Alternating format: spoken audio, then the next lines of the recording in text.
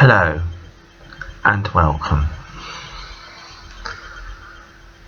And in this film, I want to explore the myth that oil painting is hard to do. And as someone who paints most of the time, if not all of the time, in oil paint, I find this myth very irritating, because like a lot of myths, they come from people who know nothing about the subject matter. They don't come from those people who are a great expert on that subject matter, and they get passed around from pillar to post, from one person to the next, by, like I say, people who do not know anything about that one particular subject matter. And when I talk about myths, I'm not talking about the kind of ancient myths that we have all grown up with. I'm not talking about myths of ancient civilizations like Atlantis, or myths to do with mythological kings like King Arthur, which may have some, I believe, basis in reality. Now, whether you believe that those myths are real or not, or whether you believe that they have some basis in reality, is entirely up to you. But that's not the type of myth that I'm referring to.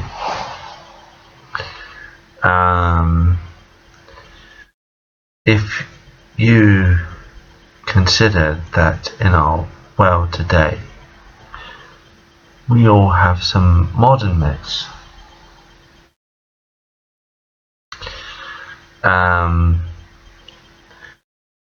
which are very potent in that they can affect how people think, because they get ingrained into people's thought patterns. I mean, just to explore, just briefly, 3 of our most popular myths. And there are many out there which do the rounds.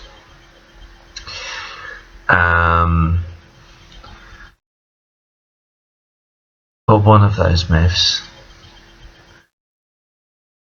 is that health food is not very tasty and is expensive. And the thing about these particular sorts of myths, and we call them myths, is that they have the power to,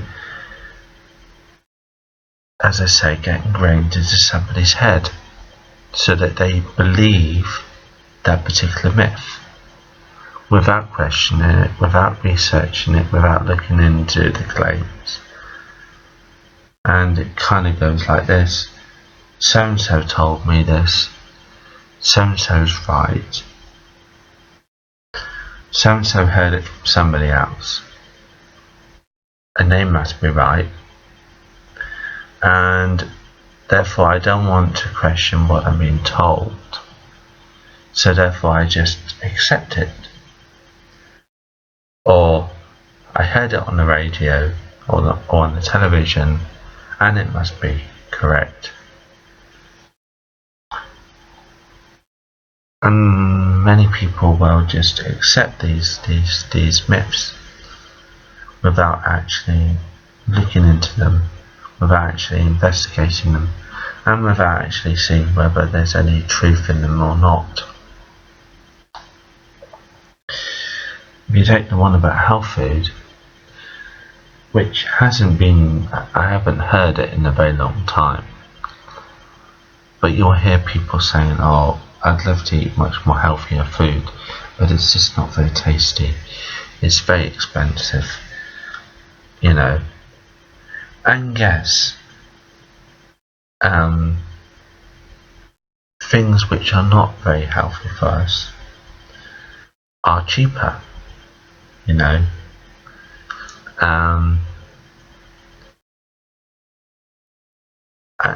that goes without saying that there's a truth to that. That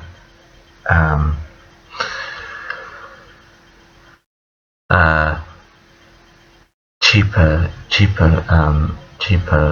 things like you know,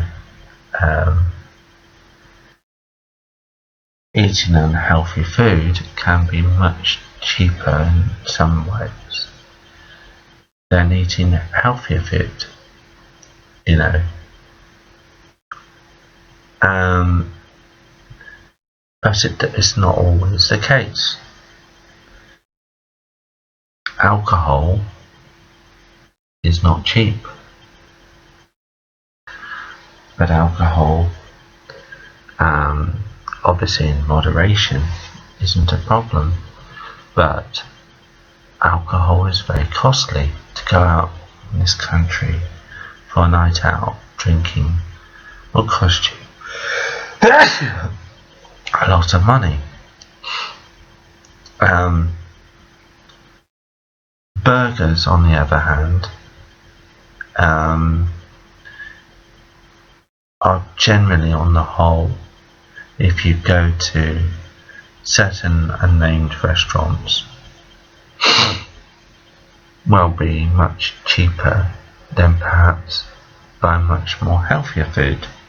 So perhaps that gets ingrained into people's heads and they think, oh well, it's cheaper for me to go to this restaurant or that restaurant where cheap but not very healthy food is being sold. And of course, you know, that helps to ingrain that idea. So that idea is ingrained. Healthy food doesn't have to cost the earth. You can go to, you know, your nearest market or greengrocers and buy fairly quite cheap or inexpensive fruit and veg. You don't have to buy that food from your nearest supermarket where they probably are going to charge you a bit more money because it's been flown over out of season to be in this country. Whereas if you go to a local supplier, it is going to be much cheaper. And the thing is that the reason why we are perhaps as human beings, why we're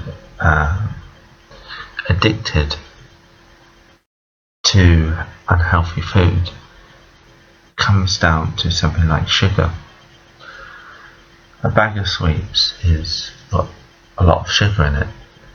Alcohol has got sugar in some way or another involved in the process.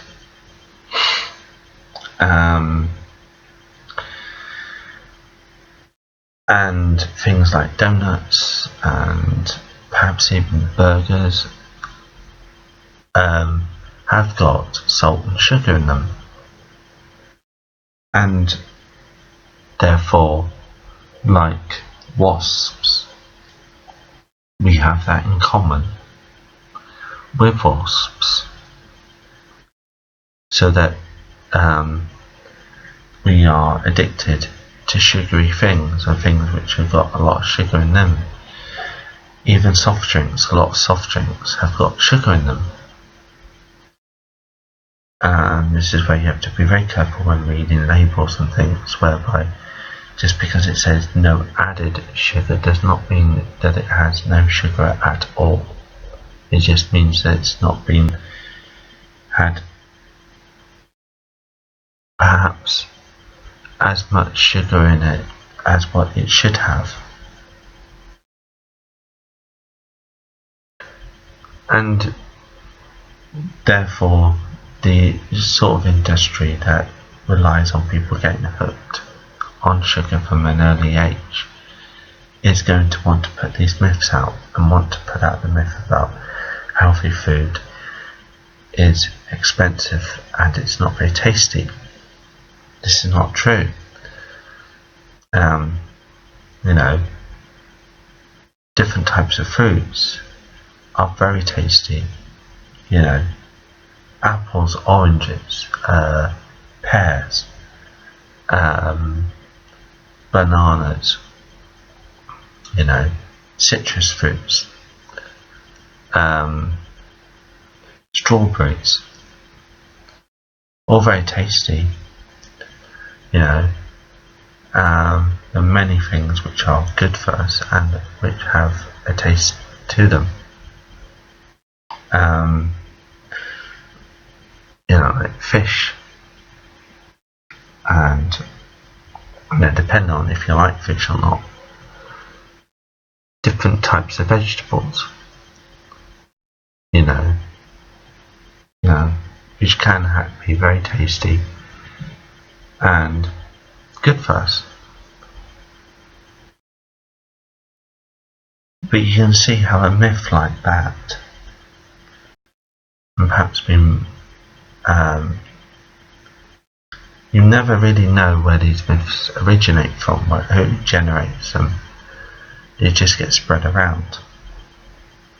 But you can see how potent a myth like that is. Well, you know, and that just shows you how powerful something like that is, and that people get, I don't want to use the phrase brainwashed, but they almost become brainwashed into believing that these myths have a validness to them, and that, that affects their thinking from quite an early age. Now many people perhaps will go along throughout life thinking, oh well, healthy food is not very tasty and it's expensive, both of which I think are rubbish. And I just think that it until people are prepared to investigate these myths, then they're not going to be able to see that they're not true. And perhaps it shouldn't be called a myth, but we have our media. Our media is very powerful. Our media can affect how we think and how we feel and how we even vote.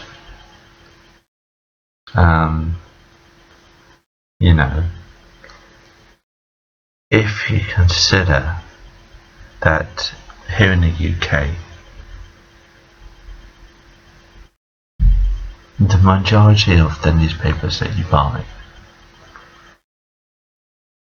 are Murdoch papers, and Murdoch Worldwide has an empire that stretches most of the world.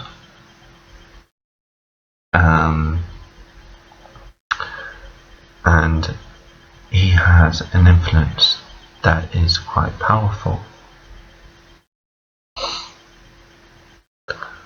And with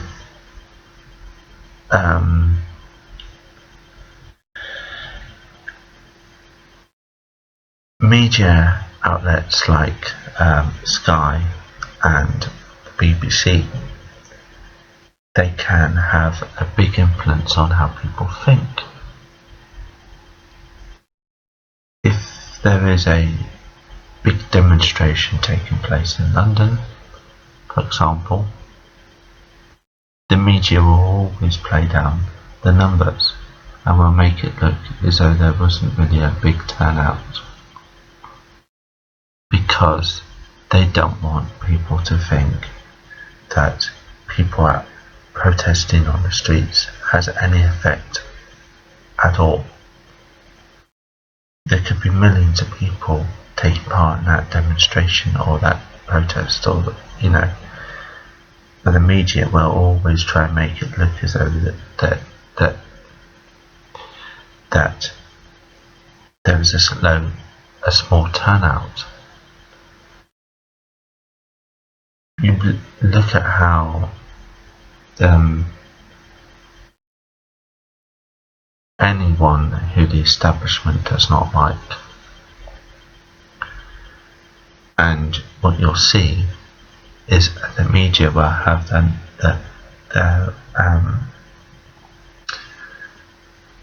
unless it's part of a much more liberal part of the media, they will be out to get that person.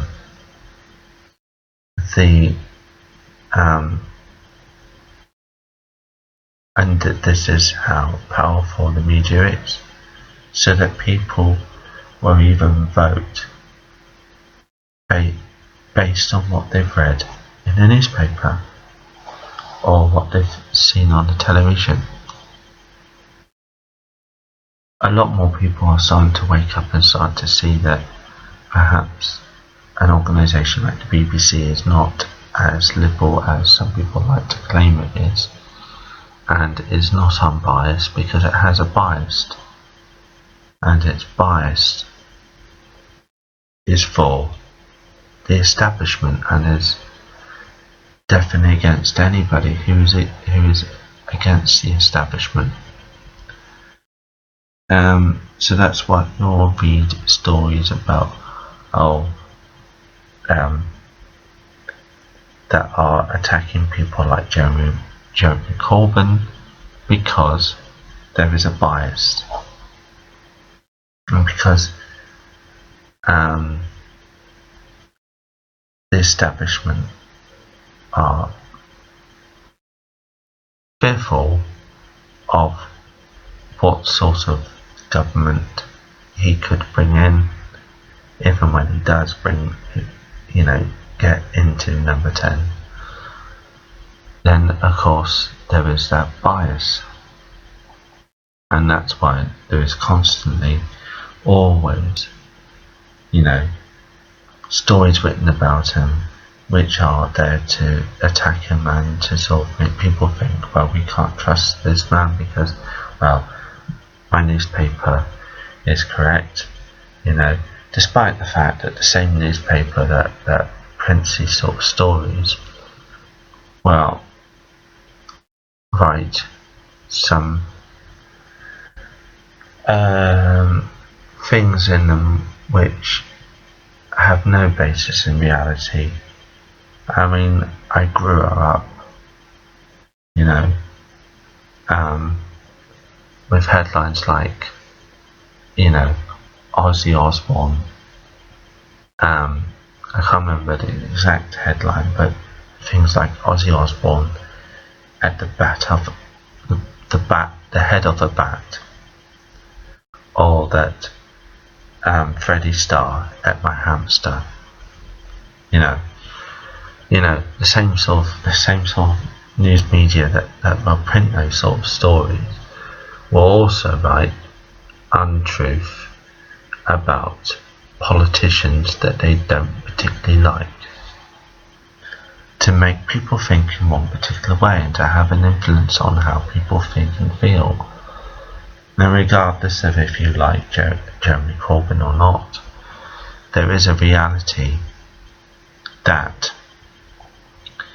the media is controlled by certain people and can influence how people think and feel. And and if you look at who Rupert Murdoch has liked in the past, and when it comes to politicians, you can actually see how they've ended up in power because they were liked by him. Jeremy Corbyn is not liked by him, and therefore this is why you'll constantly always read and see on the news. And although the BBC is not part of the Murdoch Empire, you'll constantly always see these sort of things which are there to smear somebody like Jeremy Corbyn. And it shows you how powerful something like this is.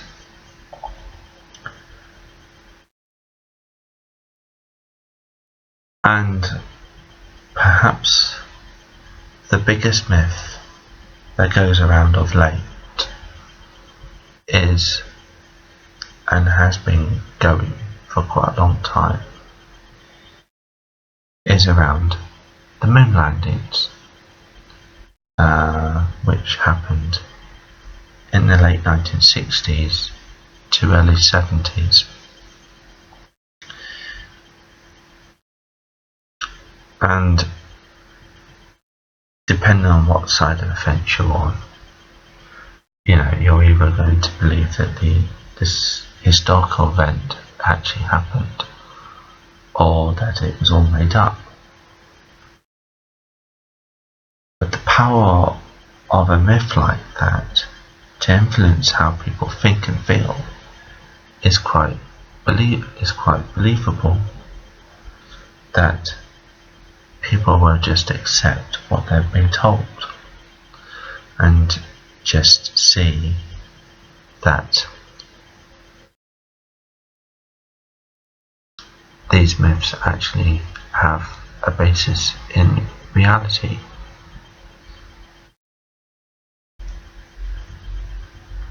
And it's one of those things whereby if I talk about the moon landings, for example, you'll get people who say, oh, they never happened, it was all faked.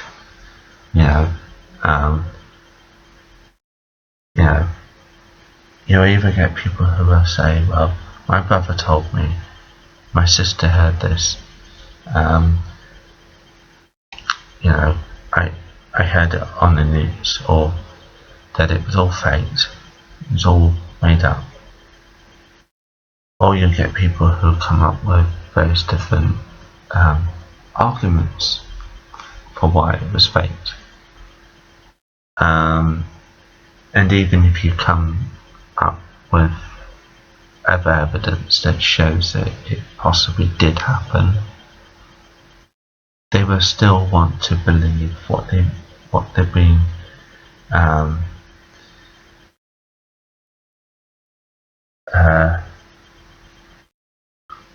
almost brainwashed into thinking.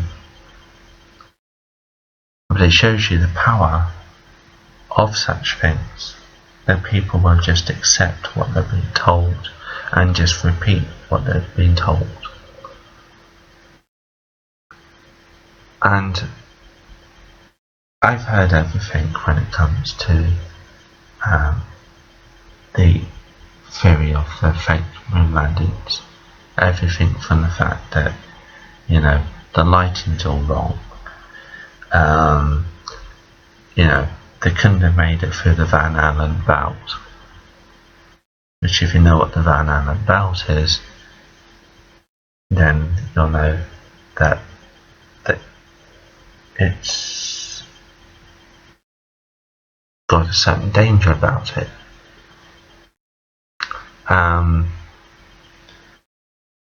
And that it was all shot on a Hollywood backdrop by Stanley Kubrick.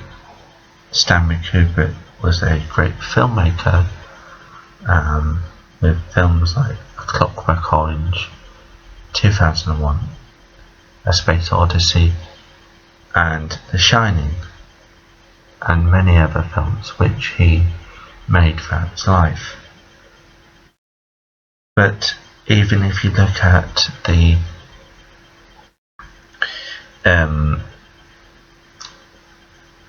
film that does the rounds,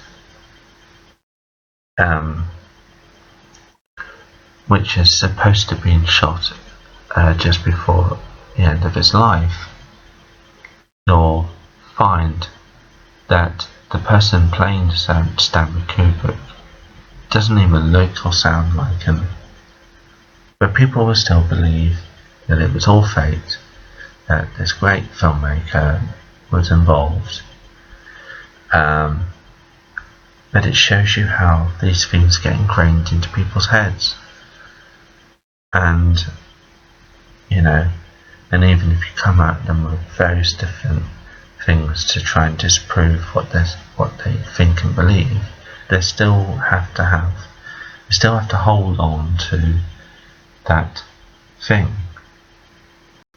And it shows you how powerful some of these myths are. And maybe you might think, well, I've wasted a bit of time in just talking about these three particular, as I like to call them, myths. But I just wanted to illustrate the point and to get across the fact that these myths, as I want to call them, can get very ingrained into people's heads and can affect how they think. And that brings me on to the subject of this film. And the subject of this film is that oil paint is hard to do, or is very difficult. And to me, this myth is just as powerful as the other three, which I've already talked about. And just as potent in how people think and how people view the world around them. You look at all of these sort of myths, they're always generated by somebody. Nobody seems to know who. But they have that effect on people, and whereas with, obviously, with the exception of perhaps the myths around the moon landings, which there are certain people who did have put out that myth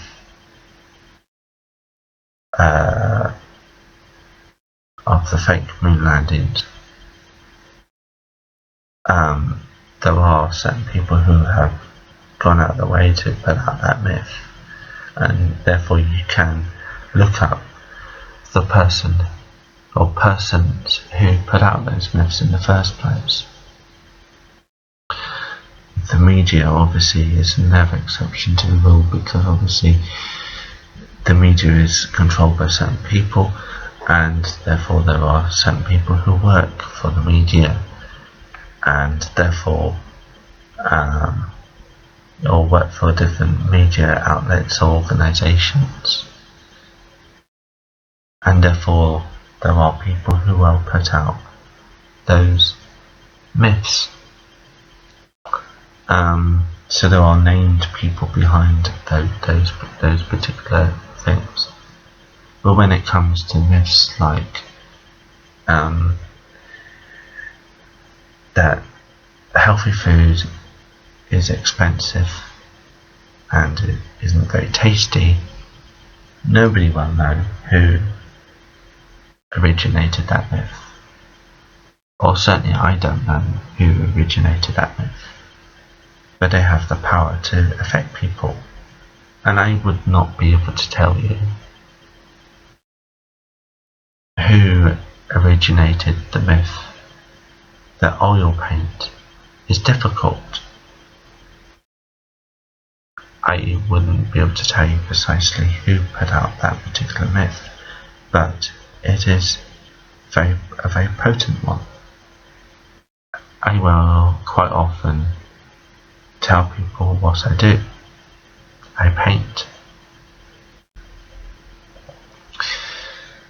And then what will happen is that they will ask me, well, what do you paint? And I'll tell them what I paint. And then they'll ask me, well, what medium do you paint in? And I will tell them. And you'll get the reply coming back. Oil paint. These are not my words, and this is not how they say it, but they say oil paint is the hardest medium to use. And that has been ingrained into people's heads. And the thing about this particular myth is that, and the thing about all of these myths, in fact, as I call them myths, is the fact that they're always said by people who have never really investigated the subject matter, who have never studied that particular issue, and know nothing about the subject that you know so much about. If it was coming from somebody who is a great knowledge on such things, well, it would be a different matter. I suspect that the person who invented the oil painting myth was somebody who didn't want people to get involved in oil painting and to try and put them off. But people just repeat these sort of myths, and they have an effect on how people think.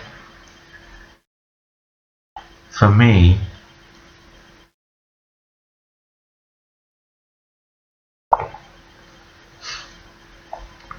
oil painting is actually one of the most easiest mediums to take up, and that's what I want to perhaps show in the rest of this video.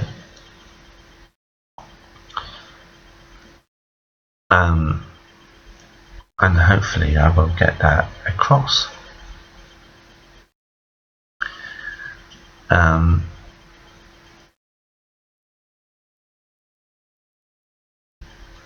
That's what I want to get across, and to try and do my best to try and dispel this myth, as best as I can,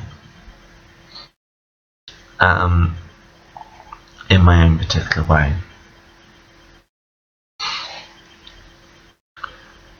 Oil painting has been around since the 15th century. It was accidentally, as some people say, invented in the 1400s.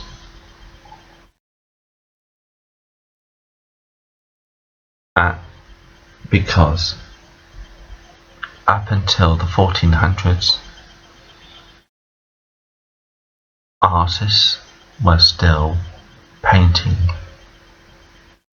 in egg tempera. You can still buy egg tempera today,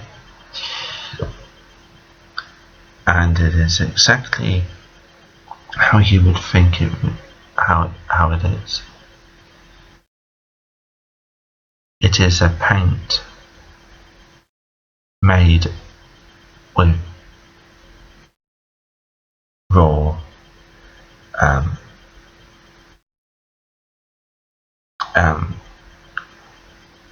raw ingredients, with you know, with paint, and it uses a binder of eggs. Literally, that's how egg tempera is made. So that the pigment, which is and for the purposes of this, I have some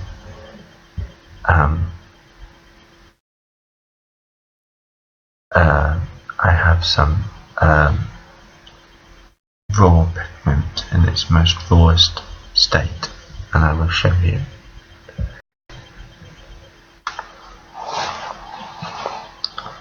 Here I have got a small amount of, and this was given to me by a friend,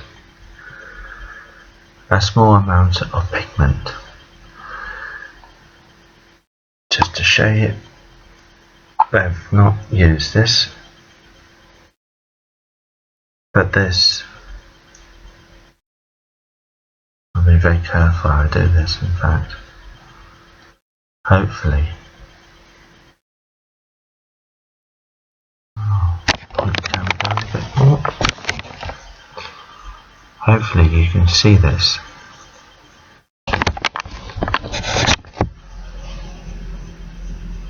I hope it says.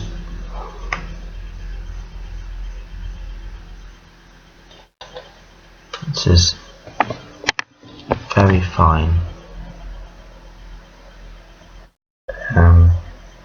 but hopefully you can see some raw pigment.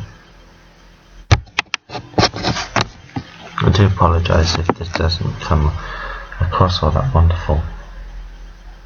All paint comes from raw pigment. This is raw pigment. In order to paint with this,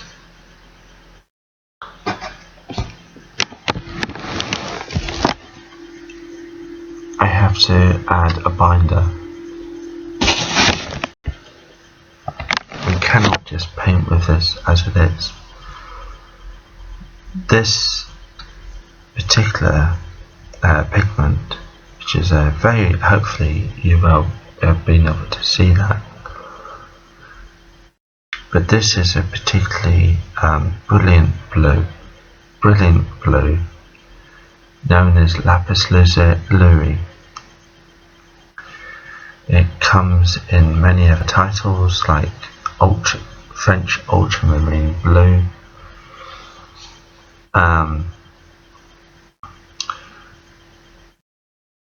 and lapis lazuli is very expensive.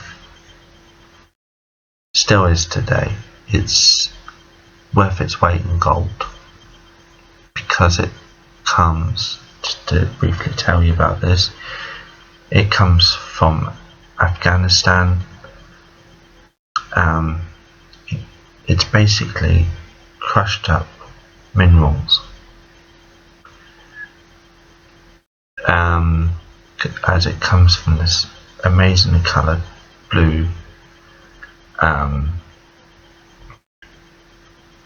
rock that when you turn it into this powdery form, it can be used to paint with.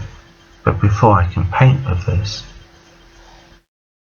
which is in this tin, before I can paint with it,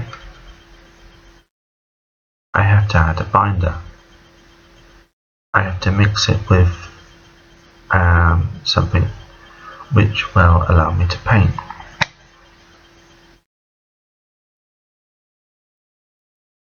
Artists back in the Renaissance, depending on how rich they were, or depending on the client that they were painting for, would ask for a certain degree of that within the painting,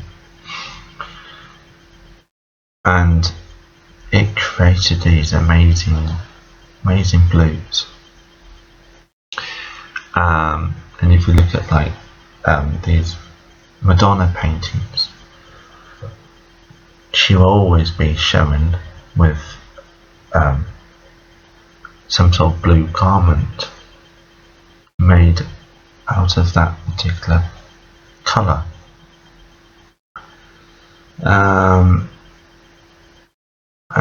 But the thing is,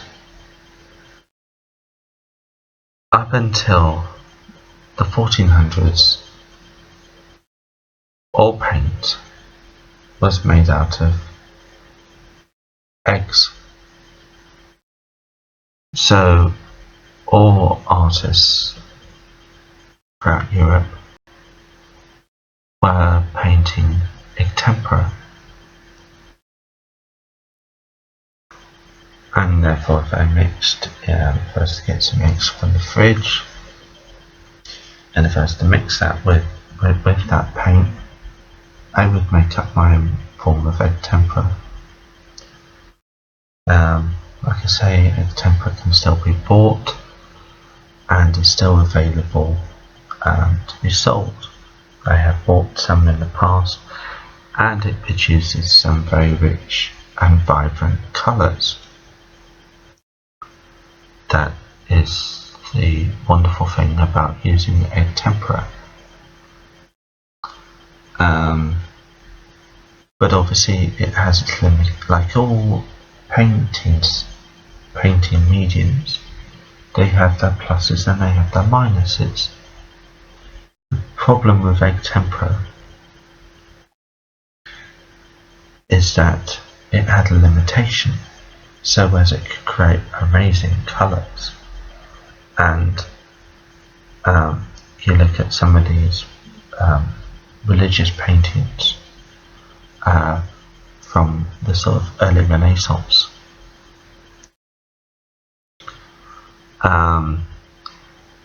They had amazing vibrancy to them, amazing colours. But there was only so much that you could do with egg tempera, and that was its limitation. And then in the 1400s, oil comes along, oil paint, which is my preferred medium of choice, which is the reason why I paint in oil paint, because of the range of stuff which you can do with it. And this is where, apparently, as I've understood it, this is where the myth comes from, that oil paints are difficult because of the range of techniques, the range of styles, that you can do with oil paint. And this is what artists from the 1400s started to discover when oil paint started to take off as a painting medium, that there was so much breadth and depth of what you could do with it.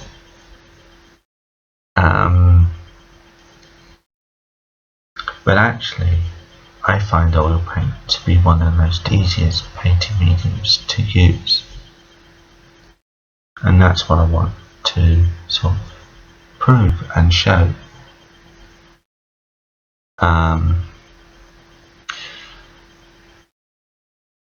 Oil paint, in order to make oil paint,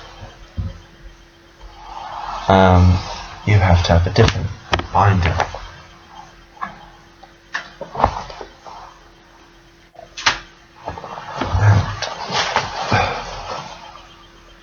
This is it. Linseed. It's what gives oil paint its particular smell.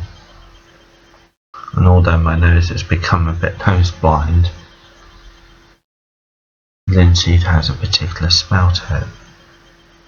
It's the reason why on a hot summer's day you can certainly smell an oil painting or drying off because of linseed. And if I was to mix that with my raw pigment here, I would make oil paint. It would take a bit of time to do that, because you have to get it into a buttery consistency, because when oil paint is sold in tubes like this one, it has a buttery feel to it and should have a sort of buttery consistency. This has got a bit of skin on it, but if I was to break the skin, it would have a very sort of buttery feel about it. You could consider it to be like painting in butter, because it has that rich sort of buttery consistency, thick and spreadable.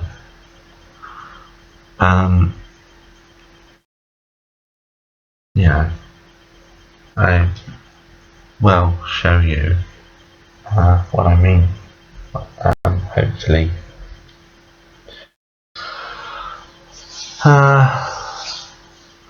But to give you a brief history of oil painting, depending on what you believe, it was invented in the 1400s by an artist called Jan van Eyck. And although there may have been other Northern Renaissance artists who may have been experimenting with oil-based mediums, Jan van Eyck is credited as being the person who, by accident, is supposed to have been playing around in his studio, and he came up with oil paint and invented the medium known as oil paint.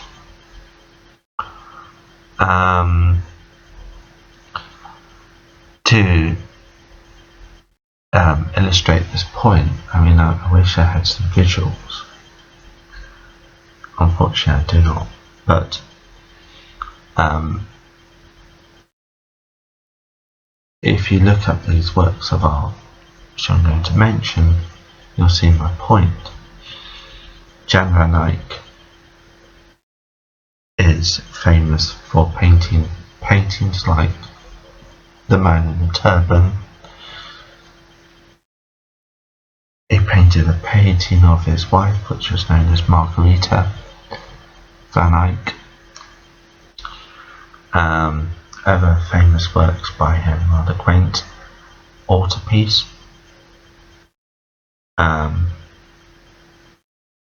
which up until the Second World War was quite happily on display in the cathedral in Gwent, the lowlands. And another pictures like the Arnott Delphi wedding. And if you look at some of the paintings which he did do, you can see that they're highly detailed, and there's, the realism is quite amazing.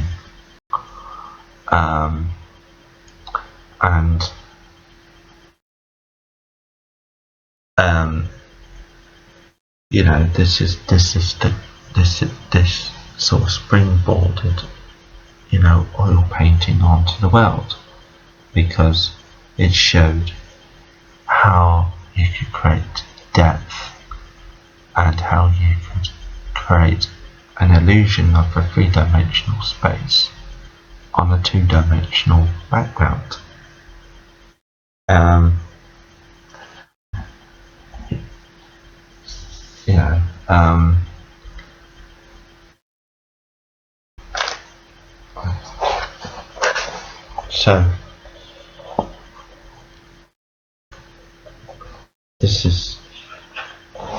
this piece of paper in my sketchbook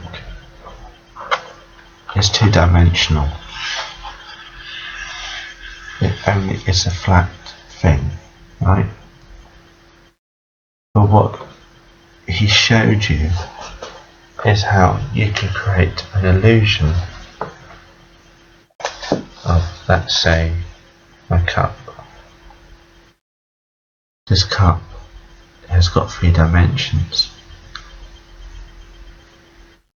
It has a top, it has sides, it has a bottom. It has 3 dimensions. Obviously, it contains something inside of it as well, obviously, but so therefore the illusion of trying to create a 3-dimensional thing on a 2-dimensional object is what painters have always tried to do right throughout the whole history of art, going right the way back. Even back as far as you want to go. They've always tried to show the illusion of a 3-dimensional space on a 2-dimensional object, which is what painting is. It's a 2-dimensional object. And this is what oil painting allowed. It allowed that in a greater way that perhaps artists had not really had before the 1400s. And although there were some great works of art which go right the way back through time, before the 1400s, they did not, they had to use the medium that they had at the time to use in order to create that illusion. But oil painting certainly helped, and it helped to create that illusion of a 3-dimensional space. A 3-dimensional space on a 2-dimensional object.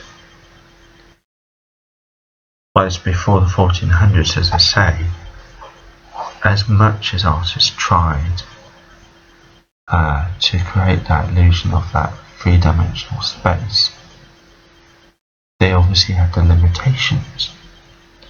And I don't want to say there wasn't any great works of art created before the 1400s, because that wasn't true. There was. But oil paint helped to create that illusion and give the greater depth in a painting, so that artists from the 1400s onwards have used oil paint in order to achieve the effects that they wanted to achieve, in order to create a level of depth. And if you think of how every artist since the 1400s has used oil paint in the same way that the new phone that I've just bought is going to be considered out of date within weeks of me purchasing it, because it always gets superseded by something else, and probably the same exact model of phone will be a lot cheaper in the next couple of weeks, because a new one comes along. Somebody comes up with a new idea, and then that supersedes what went before.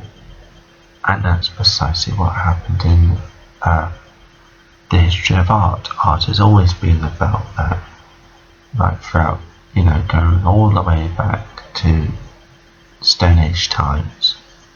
Artists have always tried to find new ways of doing things. And that is what happened with oil paint. So that oil paint gave them that edge that they wouldn't have had before, and perhaps made them look at things in a totally different way. So that they didn't have to be limited on what they had to paint. They could paint a whole range of different things because of this new medium. So if you consider that up until the 1400s there was only religious art, and although religious art would continue and has continued up until this day, from the 1400s onwards artists started to paint different types of art, different types of genres: landscape, still life, or perhaps paint pictures of things of nothing at all, like abstract, expressionism. It couldn't have come about, that broad range of painting styles and different types of genres couldn't have come about if it wasn't purely for oil paint. And although perhaps before the 1400s you might have seen bits of landscapes in a religious painting or interiors, because of oil paint people could just perhaps have paintings of their neighbour's cat, or of horses, or landscapes, seascapes, because of the medium and because of what you could do with it, the versatility,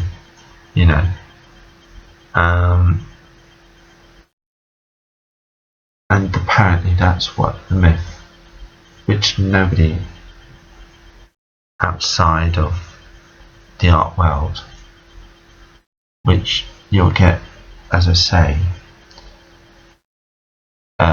ordinary people just repeating that myth, oil paint is hard.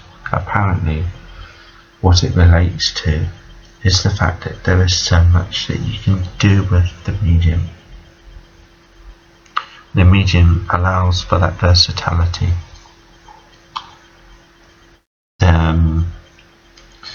And apparently that's what the myth is apparently related to, as I've understood it. But for me, oil painting is one of the most easiest mediums that you can do.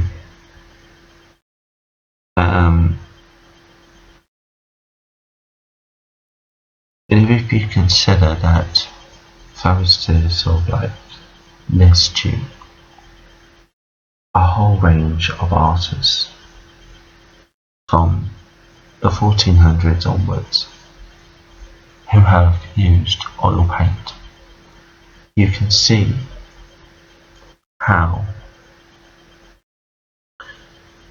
they have used that medium to its greatest potential.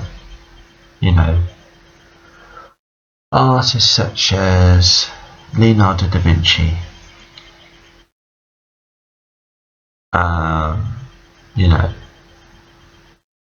Rubens, Caravaggio,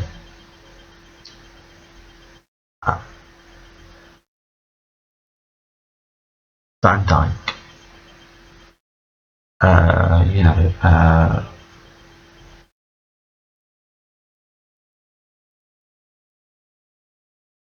Turner, Constable, Picasso,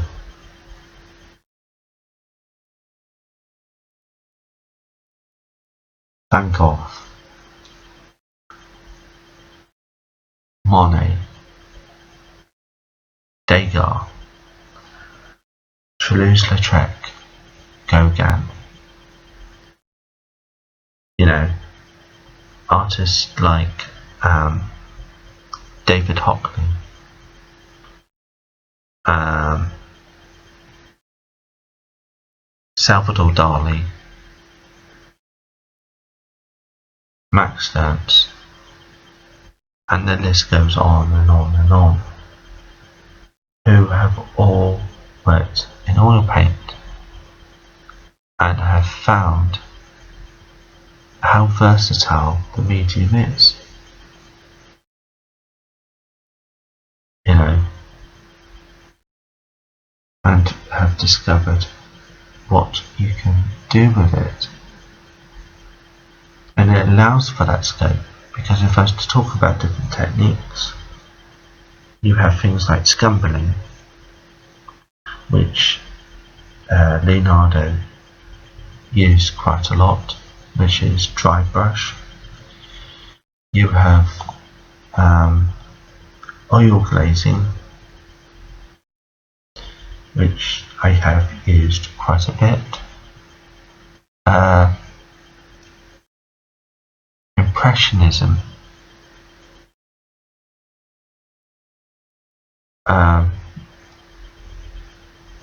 whereby you're using dabs of colour.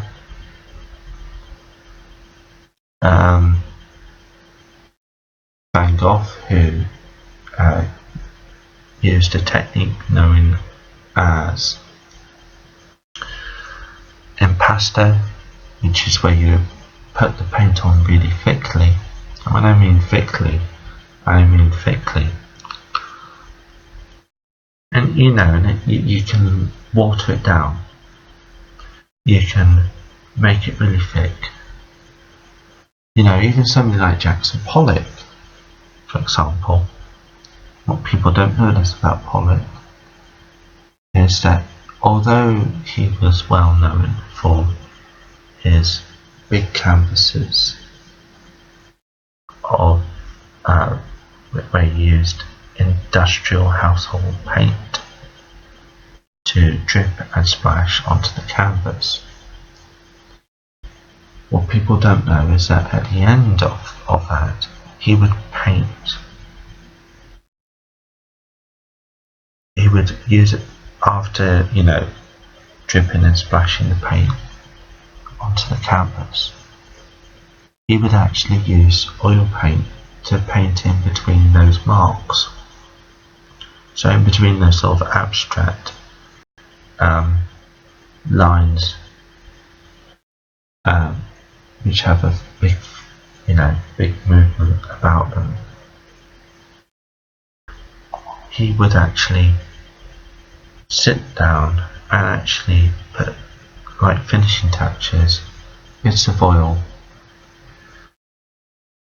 And this is the whole thing. This is the brilliance of this one particular medium that you cannot get with, you know, in any other medium. You know, you even have artists who paint in a photorealistic way, and that can only be achieved through oil paint. You know, an artist like Kandinsky, who, for those who don't know, was an abstract artist, probably before even the term was being used,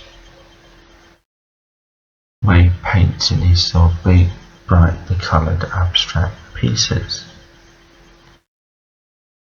And it just shows you the range of things which can be done through this one particular medium. But that shouldn't make it a hard medium. You know, it takes time to learn these different techniques, obviously. You know, and understanding the methodology and how different artists did this or different artists did that, but that doesn't make the medium hard. And that is what I want to show, how easy it is. And I want to sort of demonstrate the difference between you know, the three basic mediums that you can buy on the market. Now, as I say, you can buy a tempera, you can buy gouache paint, and artists have painted in other mediums, you know, being experimental.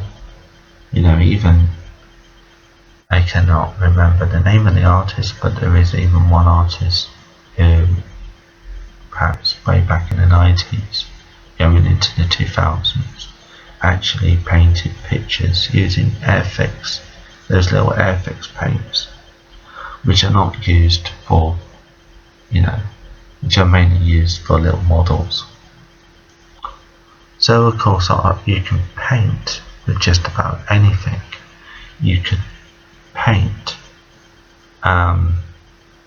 with household paints, you know, to create a work of art. But if you consider that most shops, you know,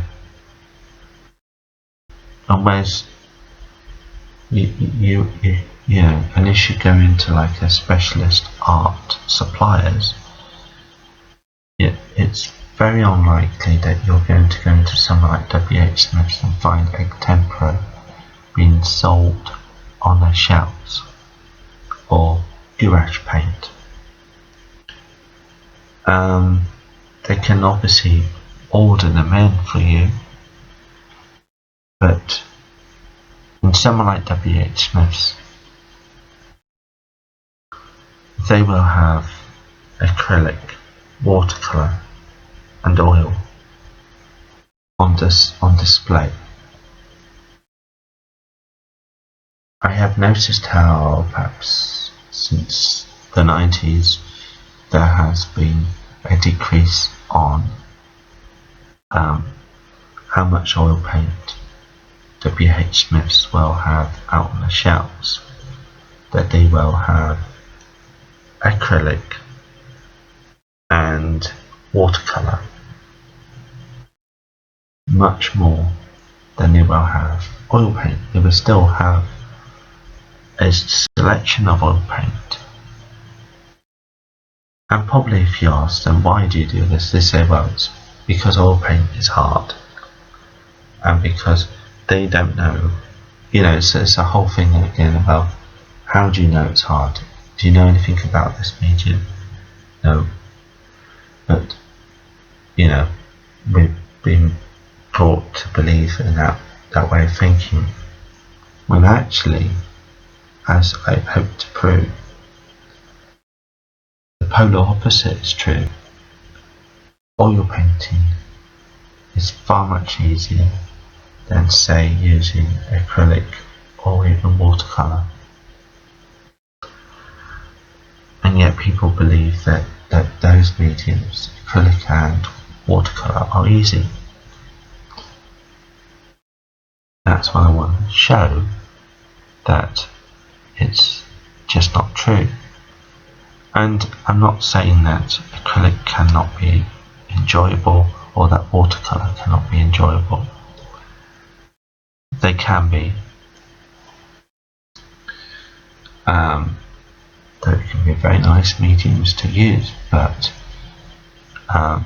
what people don't want to tell you is that actually they're by far the much more harder mediums to use than oil paint, because although it takes time to understand different techniques and different styles of painting and different ways of working, I find that the versatility of what you can do in oil paint and the easiness of it to use is so much more better than acrylic or watercolour, and I hope to be able to show you that and to sort of show you what the difference is.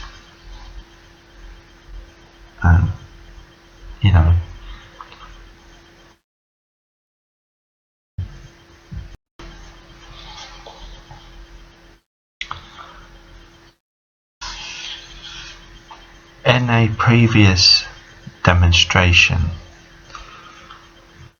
I had done this in watercolour. Now, obviously, this is dry. Has been dry for a few days now. Watercolour, obviously, it's a very rapid drying medium. When I mean that, it dries very quickly. It's one of the quickest drying mediums around, along with acrylic paint. Acrylic paint is even quicker in some respects. Now, even on a cold day, this will still dry very quickly as a painting medium, So the colours have faded a bit, obviously. And what I want to show you is the sort of the pros and cons of using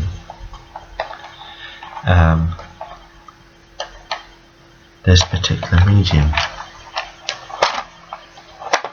If I can get the open on my box leather.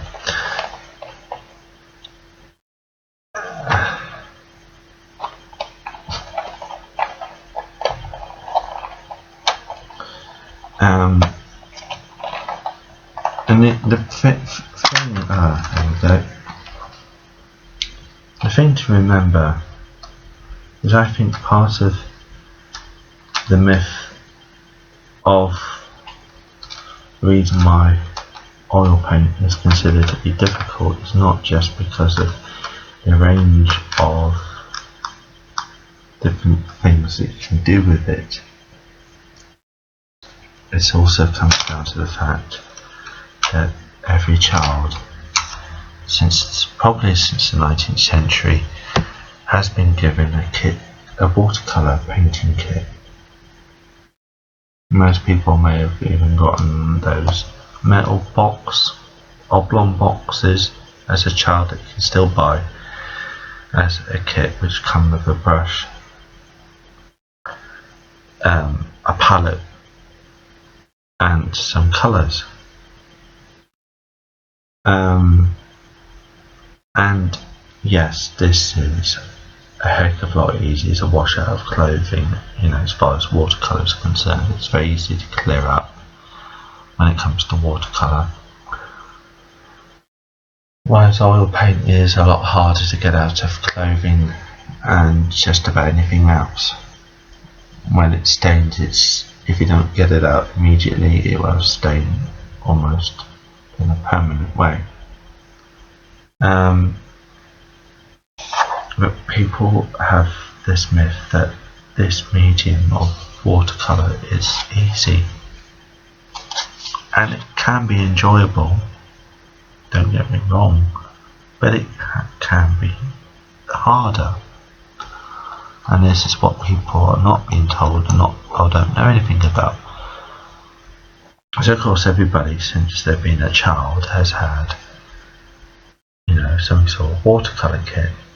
Most children, no matter how poor or rich they are, will have used watercolour paint as a child. And I guess that's helped to ingrain the idea into people's heads that watercolour is easy. It's not. It can be quite fun to do, and can be quite a nice painting medium, but it can be hard. When I mean hard, I hope to be able to show you that and show you the pros and the cons.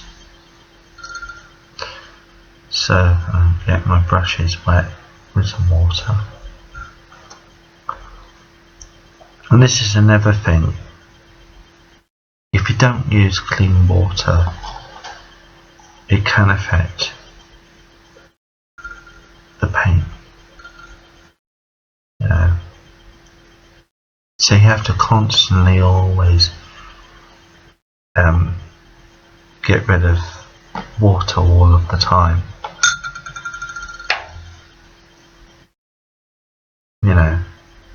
Because the colours will become muddy.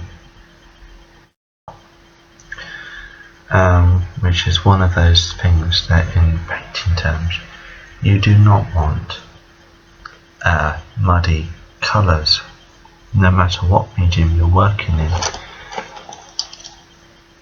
because the eye does not like to see muddy colours. So let's go over this demonstration I did the other day. With some more colour. And there are obviously different painting techniques.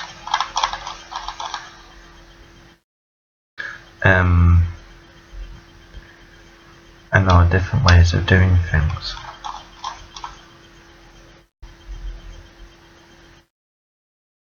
In all painting, you want to keep, some people like to use bright colours and other people don't. Some people just like to have a very sort of muted tonal effect. And that's about choice.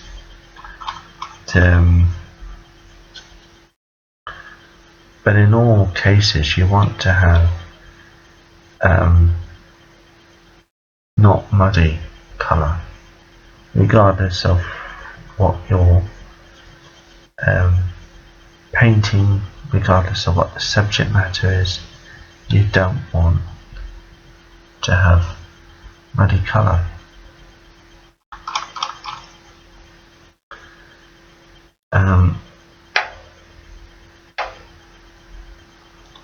So that's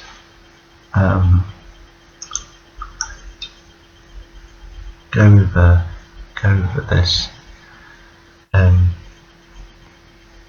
demonstration I did the other day by simply just painting over it.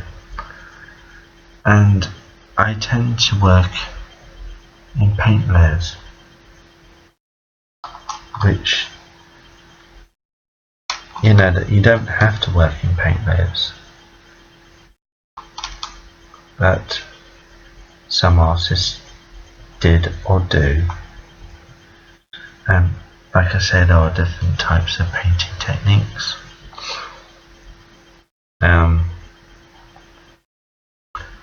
So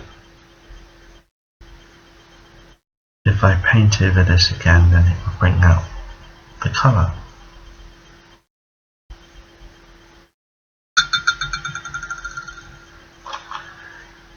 Which hopefully will be is what I'm going to do. Just by simply painting over it, it brings out colour which has faded.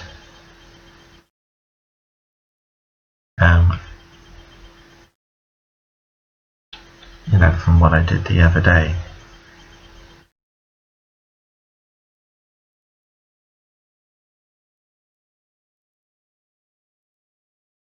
It's been a very long time since I've worked in watercolour, to be honest with you.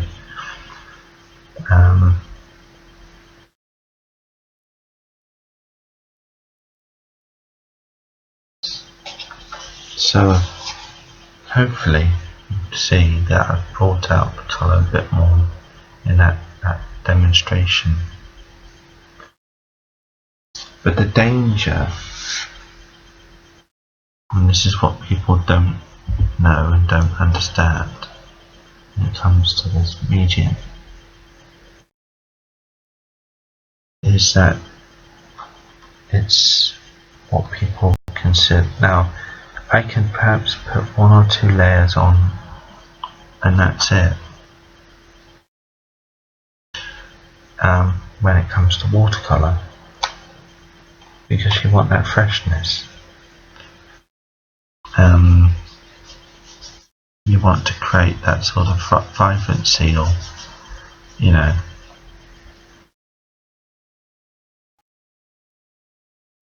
which is very important, and you want it to be alive, I guess, or to have that sort of sense of being alive, not dead.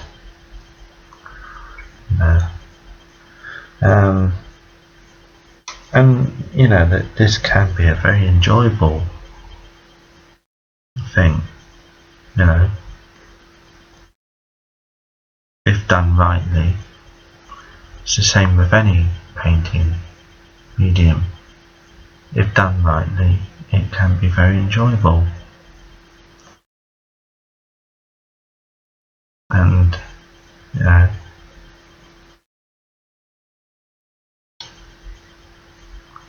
and that's perhaps the enjoyment of painting, is that it can be a very nice thing. And hopefully, although I'm using my webcam, you can see that I have brought out the colour a lot more.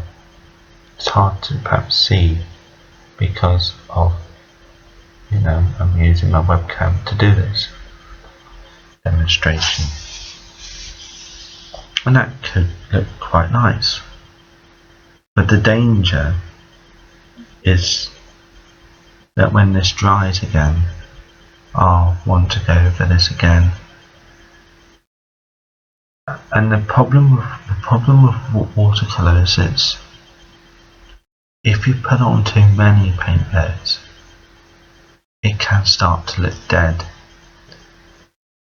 and you can end up with muddy and dull and not very nice colours, because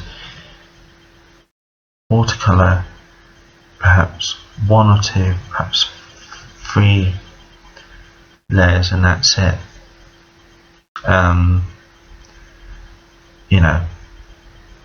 You might get away with perhaps a 4th or 5th, I don't know, but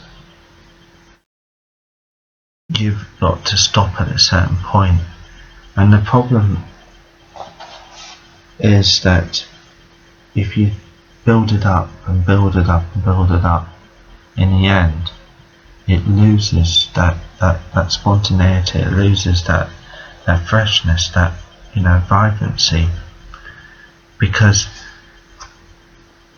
the colour that you put down will affect the colour on top. But what you don't want to do is to go to a point whereby you're going, certainly in watercolour, you don't want to go to a point where you're going putting down too many layers, because it doesn't work. As somebody once put it to me, it's a very unforgiving medium. And what do they mean by that is that if you make mistakes in watercolour, the chances of putting those mistakes right can be hard. Not impossible, but it can be quite hard. So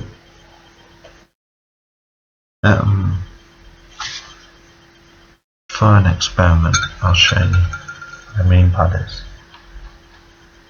So you see with this bit on the side, that bit going down like that, where the blue is going into the red. And obviously, my instinct would be to paint another blue and another red, being blended in that way. I'll explain blending in another video, but for now, that's what I mean. So that's deliberately. Now, of course, you might think, well, this might be quite nice. As you may have seen in this demonstration,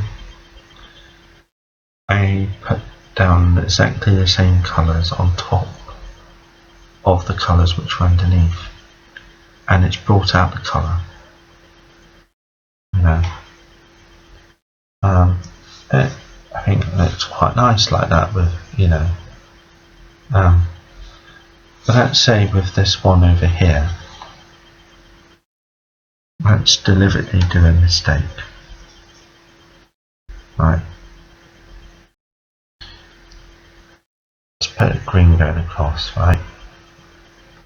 Deliberately. And I'm doing this on, this is a wet technique, so that I wetted the page and then put the colours on top. I'm putting this on dry, in a sort of dryish way, on top. Now you might say, well, that looks quite nice, but it might be quite nice, depending on what you want to do. Let's say I'm not happy with that because, it's a mistake. Of course, I can get a bit of tissue and I can try and wipe that off.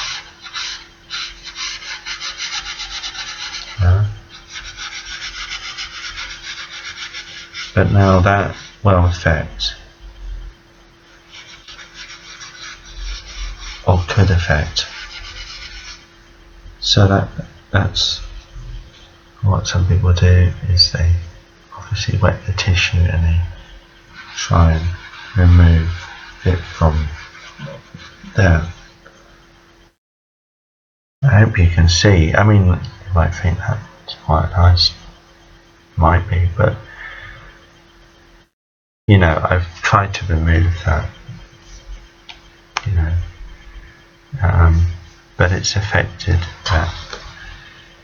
And even if I put down a blue on top, I hope you can see what the difference is. Even when I paint on top of that, and I'm only doing this roughly to try and cover up what was there, you can still see the green coming through. And then what some artists will do is that they will keep on painting on top of that until they get rid of the mistake. And then what happens is you end up killing the freshness, which certainly in watercolour is very important, the freshness and the mood and feel.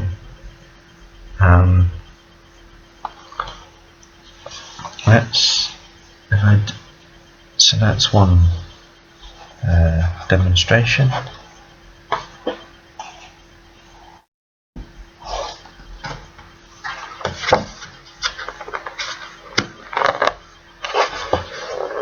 Take this one off.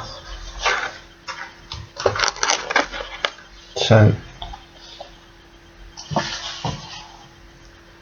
I'll put that one over there. Let's do a different demonstration now.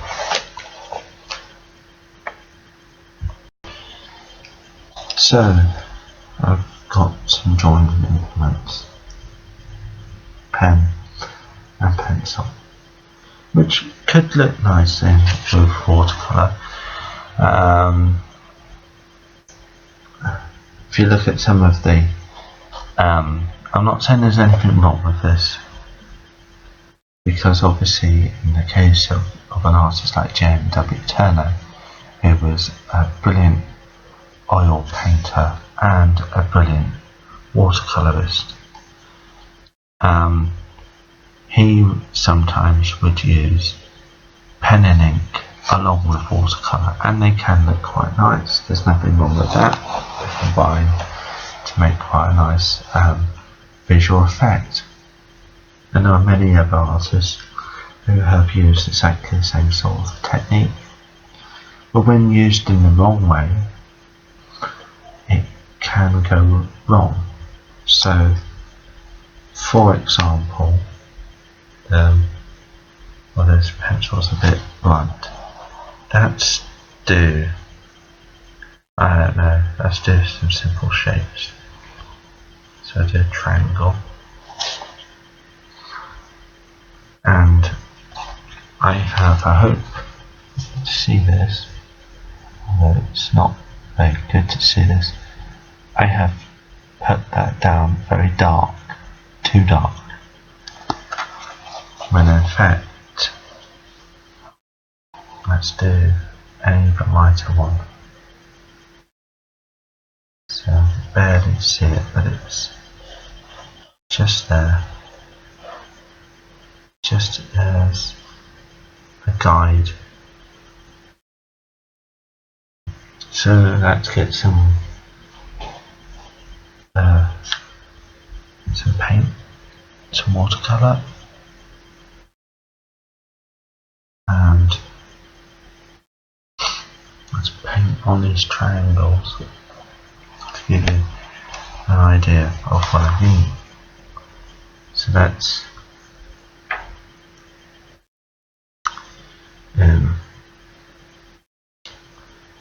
so if I put down a wash of colour,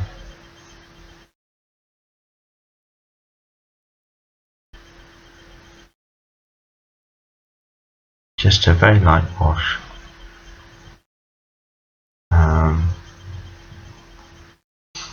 of blue,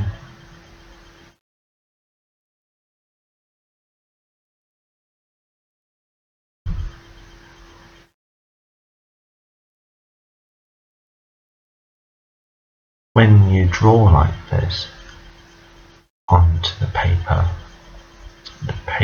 the drawing should only be there as a guide. It shouldn't be so dark, because what the mistake that some people will do is that they have, and I hope I'll be able to show you this, they have a line that is too dark, and then they realise what their mistake is and try and paint on top of that in order to get rid of the pencil mark.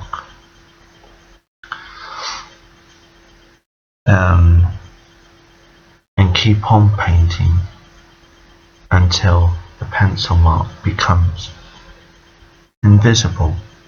But by doing that, they will put on too many layers of paint, and watercolour relies on perhaps only a few layers in order to work.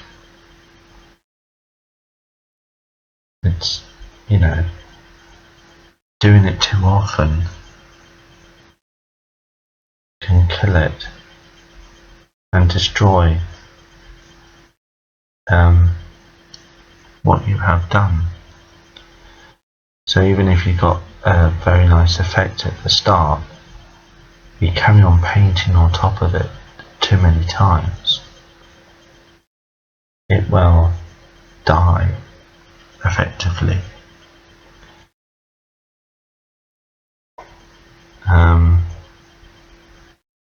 Will not look as good. And this is the big issue when it comes to watercolour. It's a very unforgiving medium.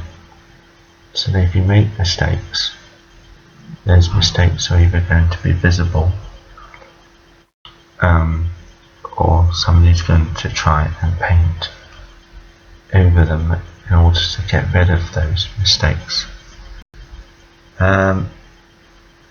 So that's what I've done with those two triangles.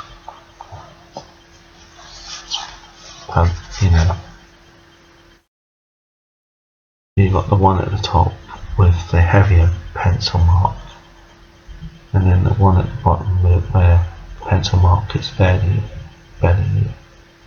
see it. So obviously I'm not happy with the top one. So and I'm deliberately doing this to illustrate this point. What I'll do again is I'll paint over that again.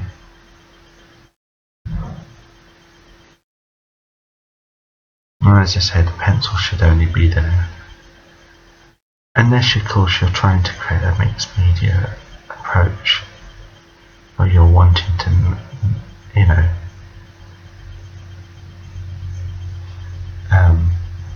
create a sort of mixed media where you're combining one medium with another medium with another medium. So obviously, but in traditional watercolour painting, you stop after a period of time because you don't want to kill that freshness. And this is the big issue, that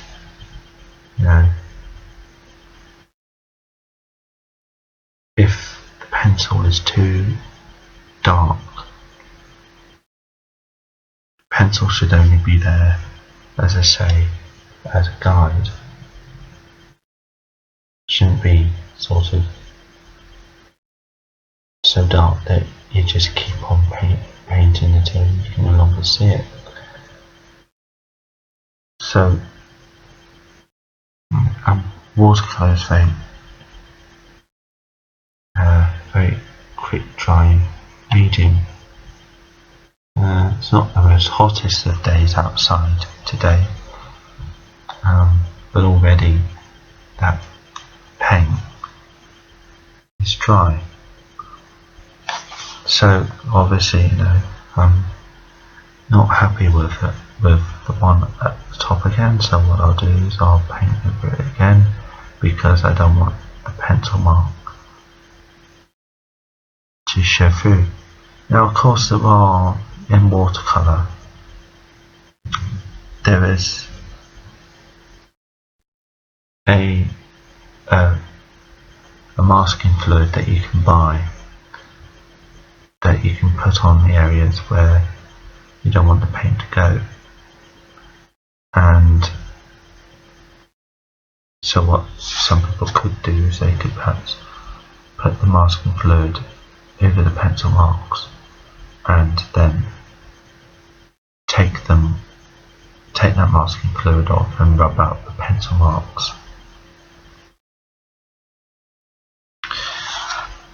And hopefully what I'm showing you hopefully what I'm trying to get across is that if you don't do such things and you don't use such techniques, it will, after a period of time, start to look dead, which is the one thing you don't want.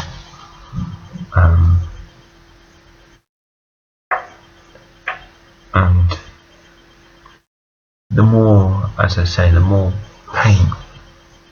Now, you might say, well, there's nothing wrong with those, and maybe there isn't. But if I continue and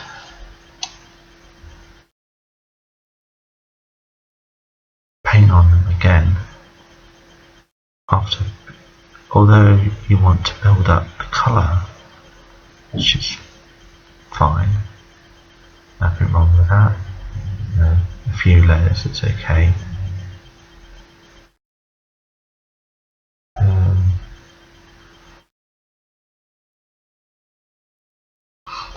know, you can add a bit of depth and sort of bring out the colour.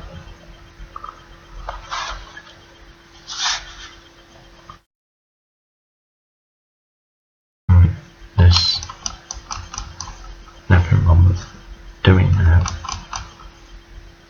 at all. You know, a bit of depth, and you can bring out the colour. But hopefully we can see it's the problems that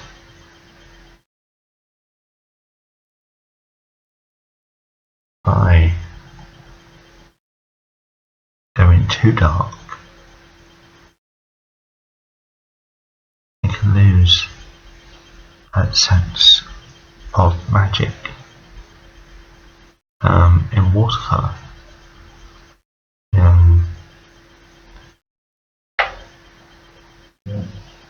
So deliberately doing things wrong. A few layers is okay, as I say. Build up the colour.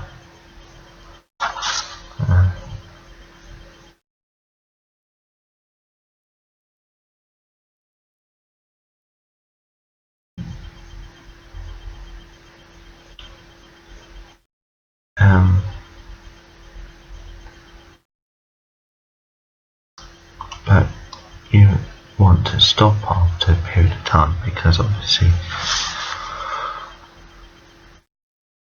going too far can kill the feel.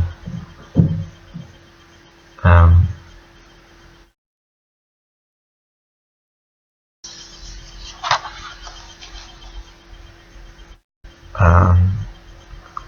this is the big problem.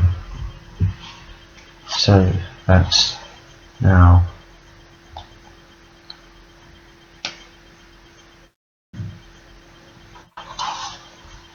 do some pain to hopefully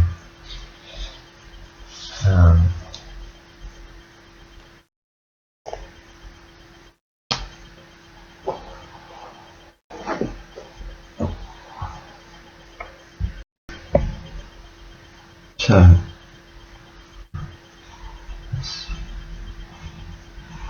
now that we see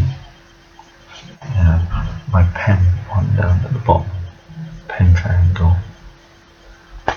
So obviously that's far too dark.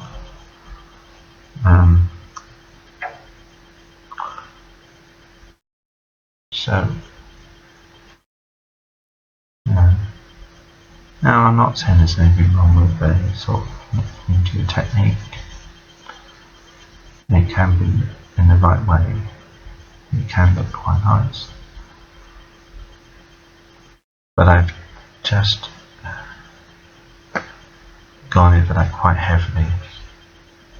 That bottom one, as you can see, to try and get rid of the pen.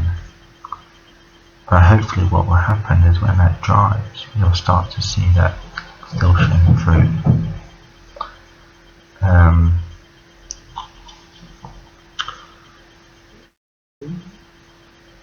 And it won't look so good because obviously, it should be about colour and it shouldn't be about the drawing implement it used to draw with.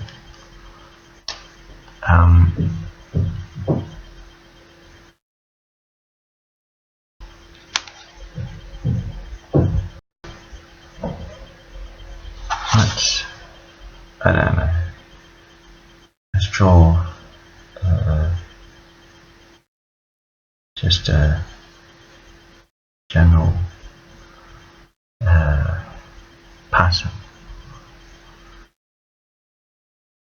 with pen.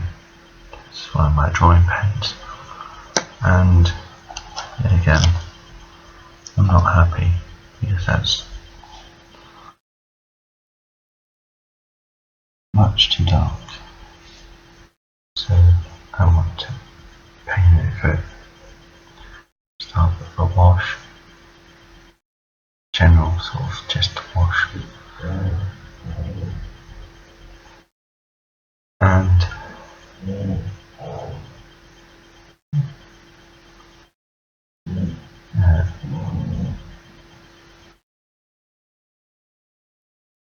even if I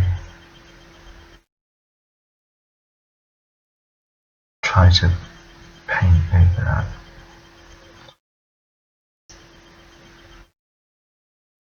you will still see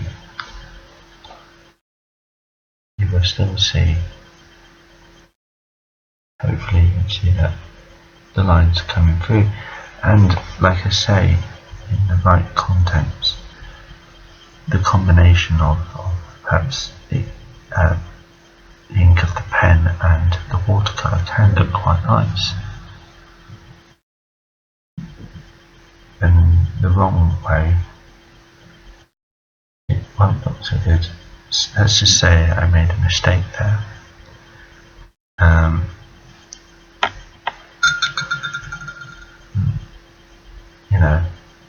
So try to think. Just draw a cup, right? A simple cup shape.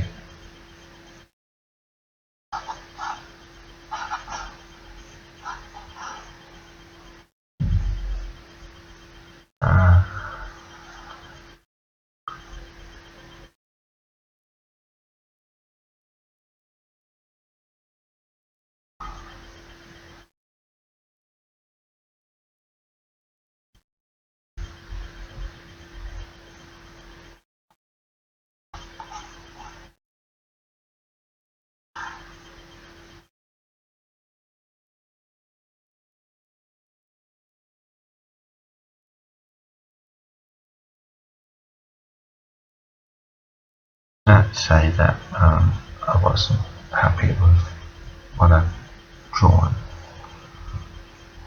just for the purposes of this exercise. Right, there's a simple cup on the table.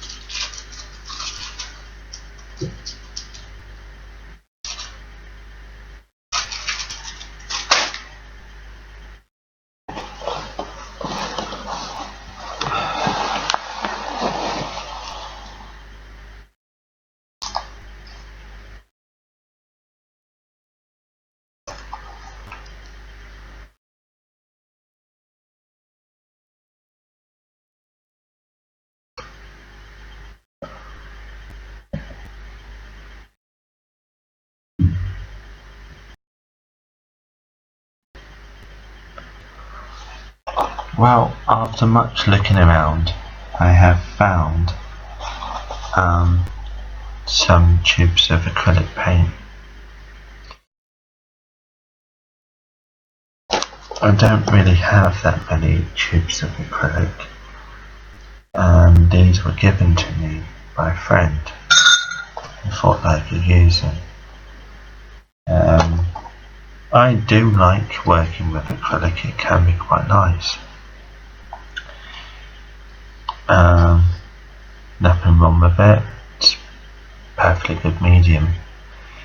It was, to give you a brief history, it's a very modern medium because it was only really invented in the, I think, 1920s. It was invented for industrial use. So the first acrylic paint was industrial. If I've gotten the dates wrong, then I've gotten them wrong. But it's not an ancient medium, it's a very modern medium. But it was originally used for, perhaps, for painting chairs or for painting, trains or whatever, or machinery parts. Yeah, but that was its original use. It had an industrial element, and then artists started to use it, and it started to, basically it became a thing that artists used, and this is a typical acrylic tube, and the thing to remember about this is that it has a very quick drying time. Very quick drying time.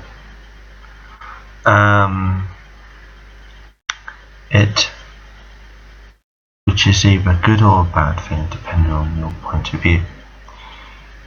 For me, I find it's a bad thing because I like to put in a lot of detail, and I paint in a technique known as blending, which, a good example of blending is to be seen. Now this is fully dry now, to be seen in there, whereby basically one colour or tone goes into the other, and that sort of sums up the blending technique. I don't really paint in an impressionistic or expressionistic way or an experimental way. My method of painting is very traditional. In another video I hope to sort of explain blending and sort of perhaps give a demonstration of how you can do that. But for this I will show you with these three standards or painting mediums that you can regularly buy on the market,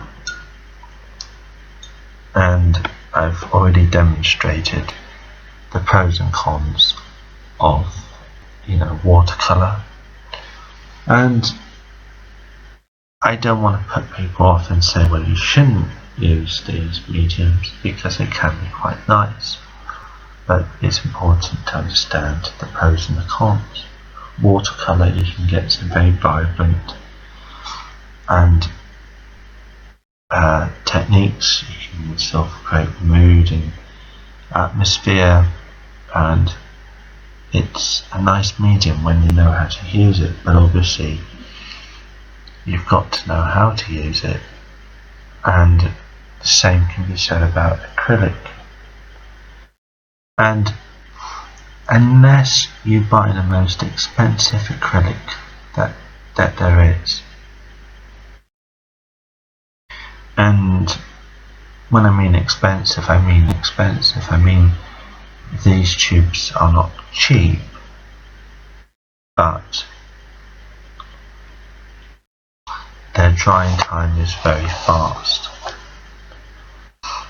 And from what I understand, you can't really put any sort of medium in with them to slow down the drying process, which is great if you just want to paint a sort of an impressionistic way, or very loose brush marks and dabs of colour. But if you're working in the kind of way that I work in, it's not so good. And you cannot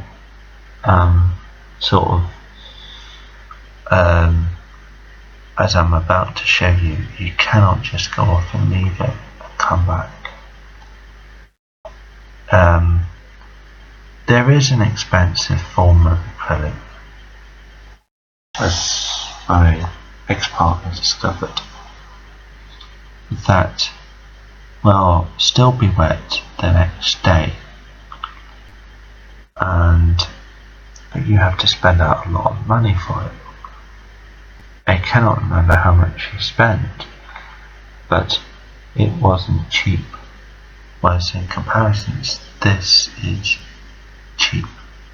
For it's still not, really cheap, but it's within reasonable range of most people's pockets.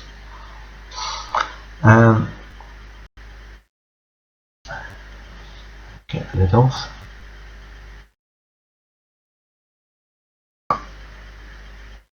Tell I've never really used this because these are on really tight. And most people know about acrylic. I mean, there's an example. If I leave that on my fingers for long enough, it will dry and create a skin. And very quickly. In fact, probably before I get all of these lids off.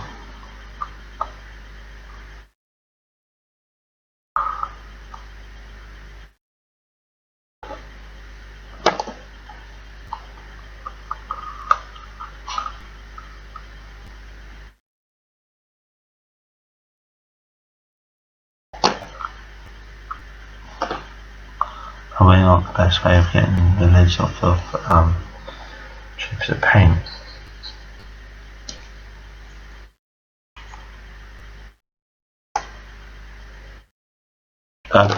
Just gotten out these colours. But you can see already it's starting to dry and start to flake off.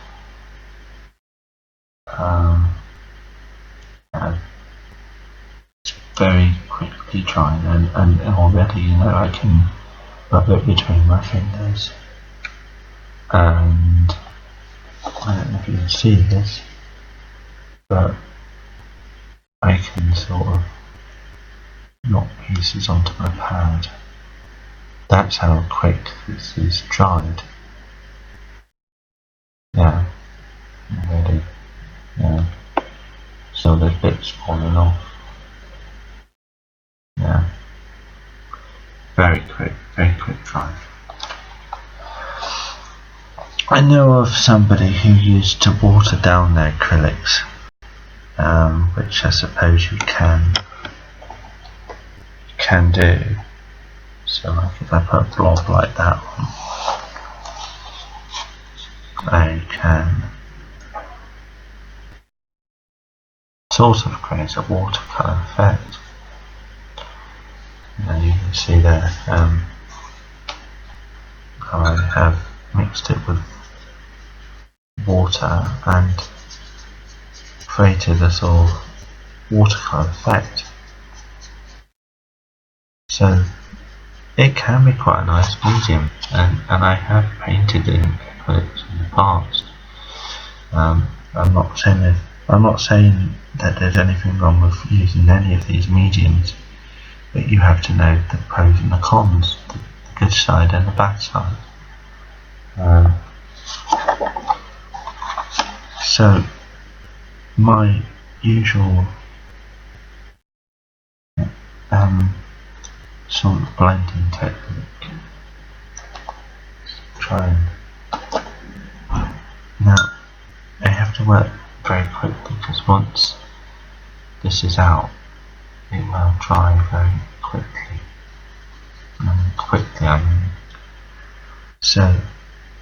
I mean very quickly.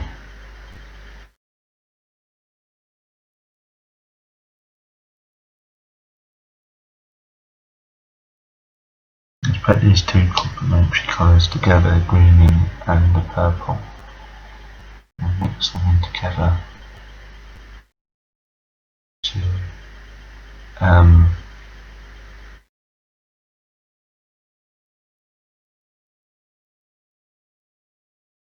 and it's very nice. It's not a NAS, I'm not saying there's anything wrong with it. But obviously you have to work very, very quickly, which I like to take my time when I paint. This is the thing.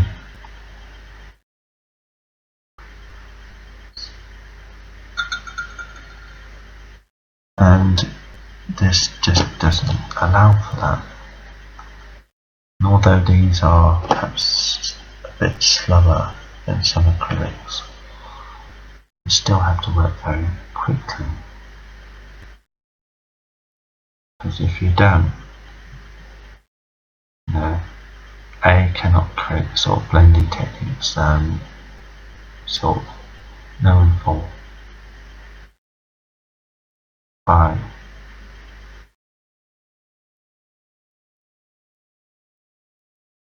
so there is what I've just done.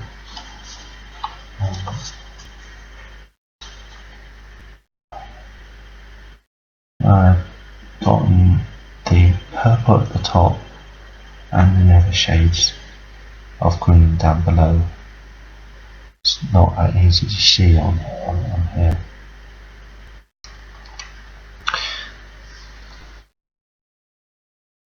But let's just do an experiment. Right.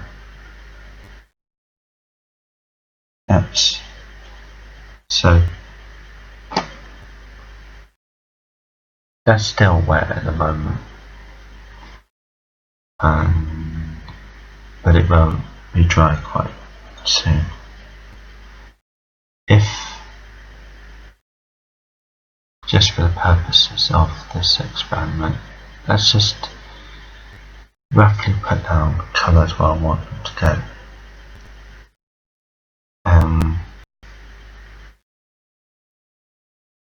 So let's put them like this.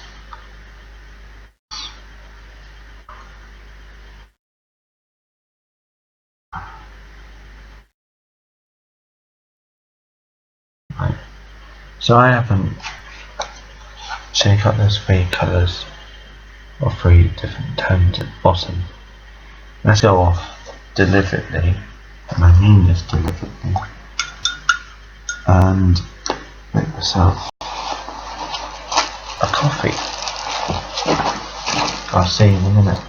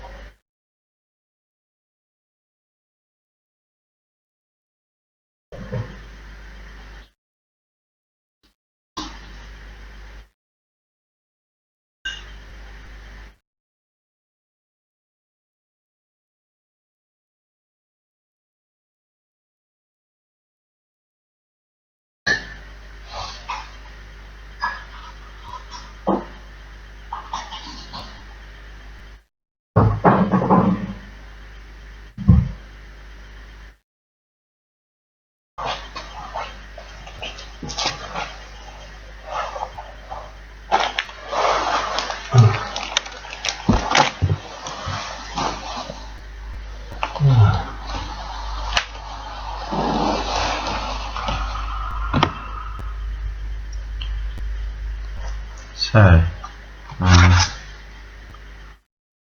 hopefully, show you what the difference is within that time.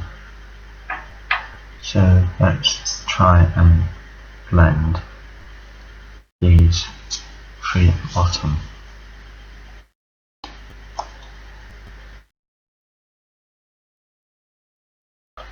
And although it is sort of working, because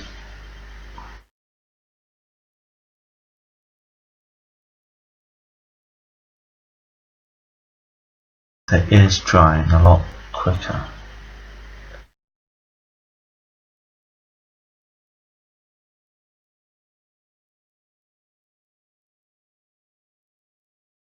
And I guess if it was an even hotter day, it would dry a lot quicker.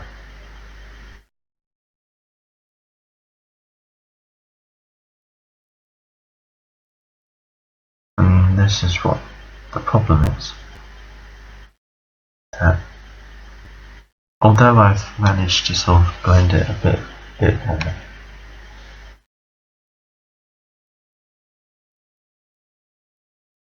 I haven't gotten the kind of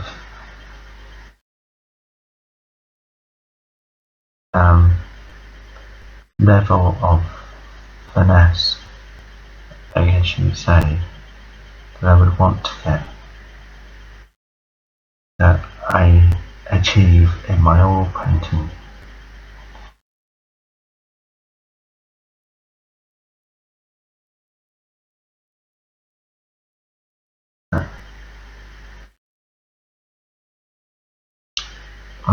That's because this is, although this is probably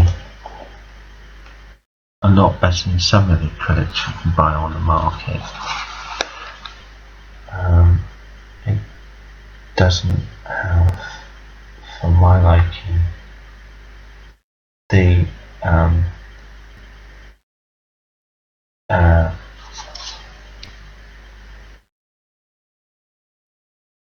the same sort of control that you can get with oils. So if I was to do this with an oils, I would have plenty of time to adequately blend the colours into one another. And although that's quite good, it's well dry pretty fast. I mean, already you can sort of see, looking at this, that the purples are almost dry to the touch.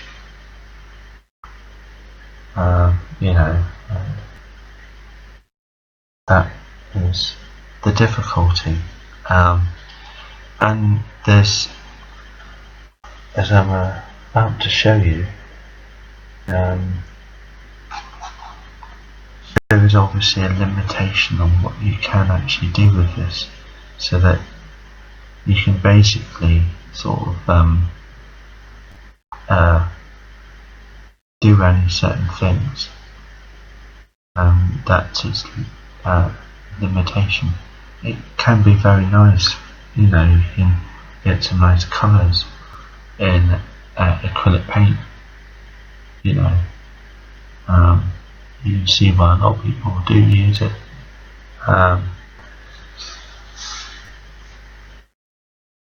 So that's, there are good and bad sides to all painting mediums. And as long as you understand that, then you can work with that.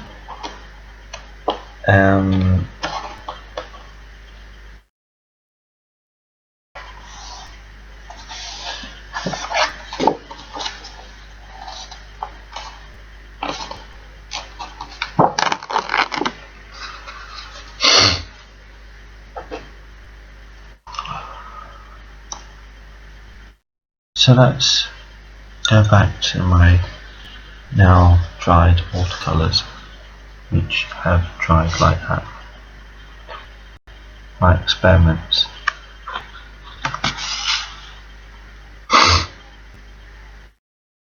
see that with some of it, it's gone too dark. Yeah.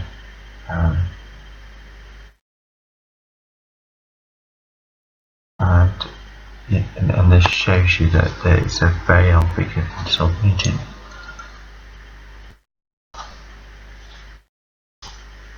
That's, because I've deliberately, for the purposes of this, gone over this with very visible brush, not brush marks, visible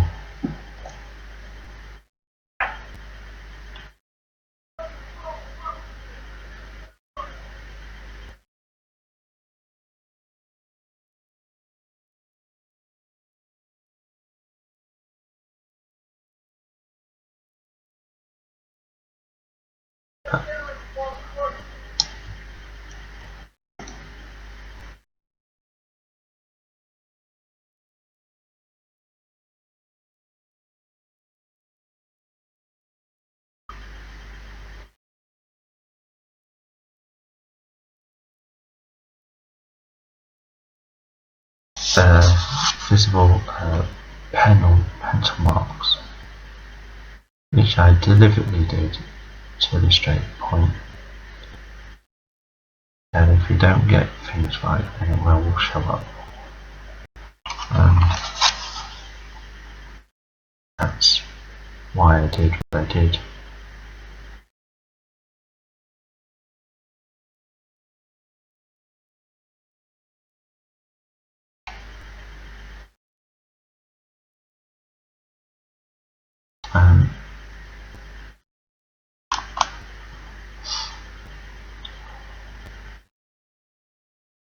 So just going over this again just to illustrate my point.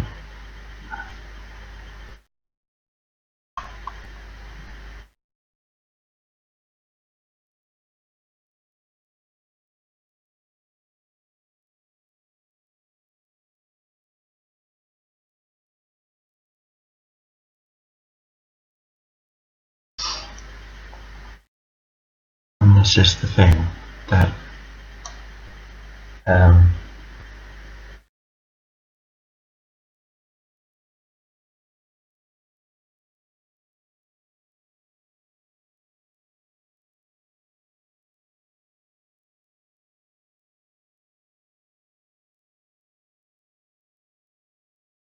if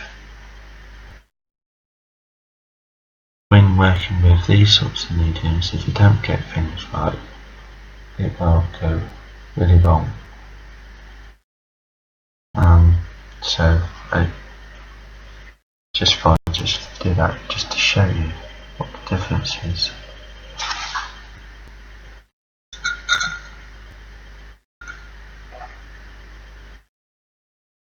This is considered a wash,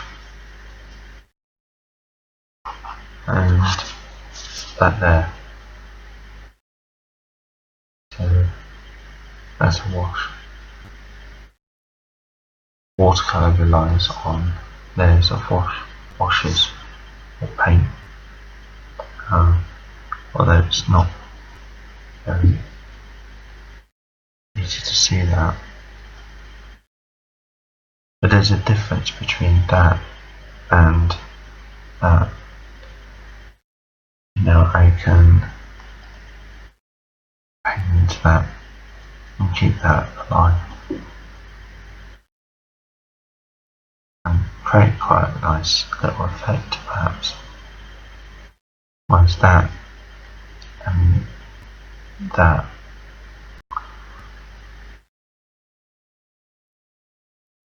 are quite dead, and I deliberately did that to show you that if you don't get things right, then it will look so wrong. Yeah.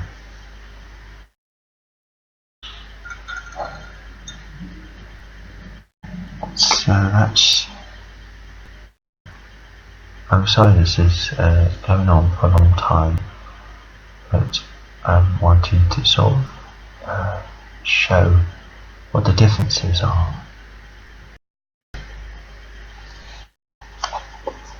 So now, I will show you why I love oil paint.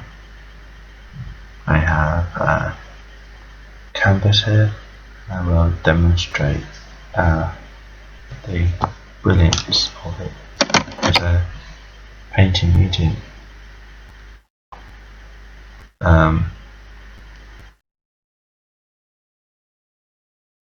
That for me, it's not hard at all. I've worked in it for years. And this is why I love it, because of what you can do with it. You know, there is some on the canvas. It's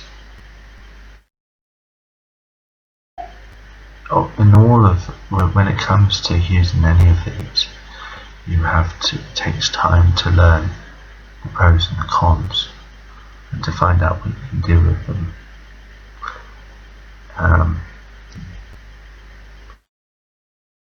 You know, they all take time. They all have the good and the bad sides about them.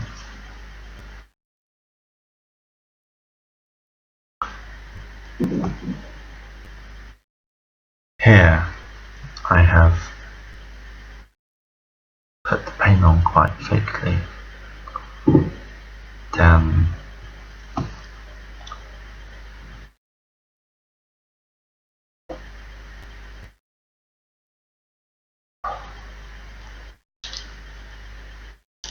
and let's put some green on.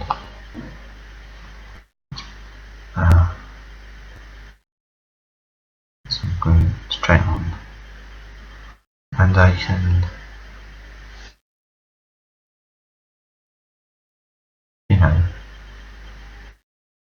paint straight on like this.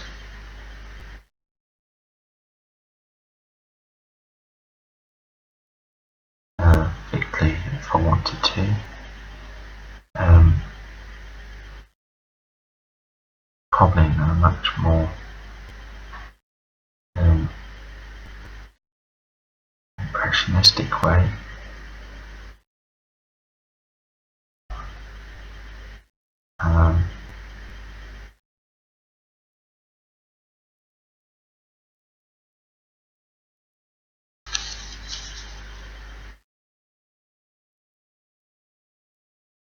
So that brush marks become an important thing.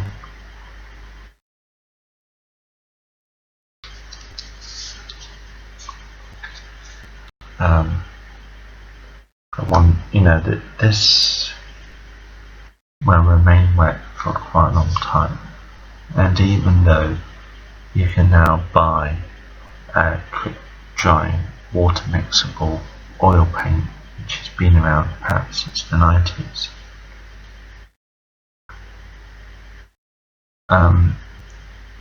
oil is still a slow drying medium, and this gives me plenty of time to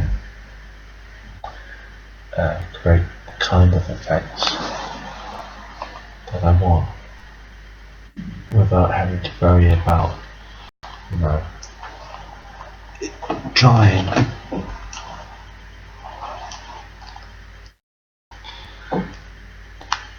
So let's put some other colour down, and you know, just playing around, just trying out things.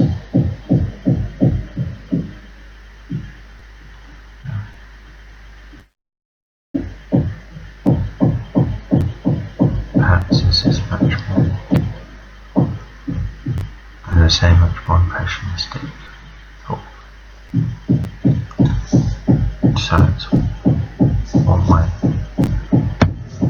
I don't really paint in an impressionistic way of painting. I'm much more into blending techniques. And if I wanted to perhaps paint in a much more thinner way, I can put mixing of some linseed,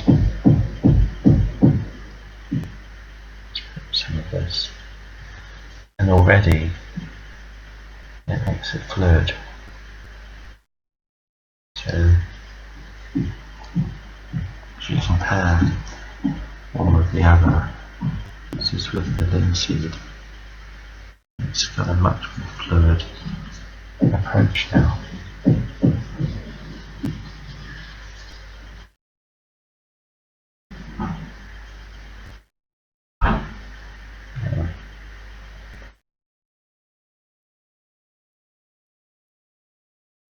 Almost like a wash, like a watercolour wash,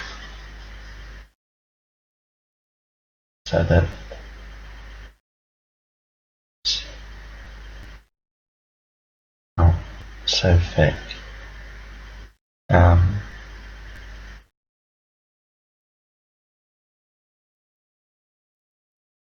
So you can see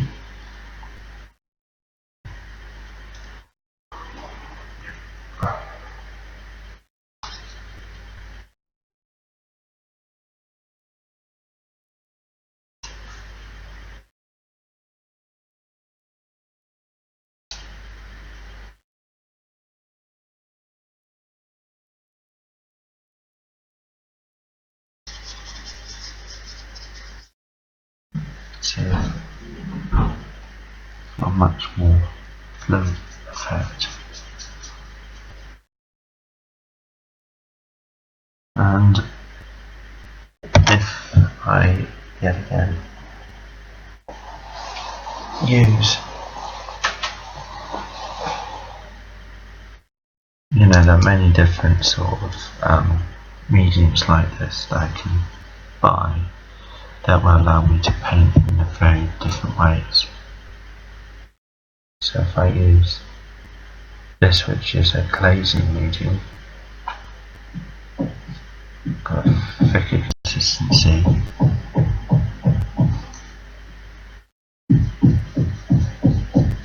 I can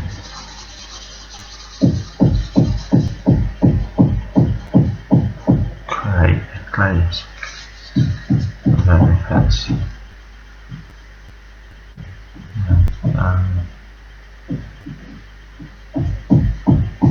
let's get a different canvas and I'll show you what I mean.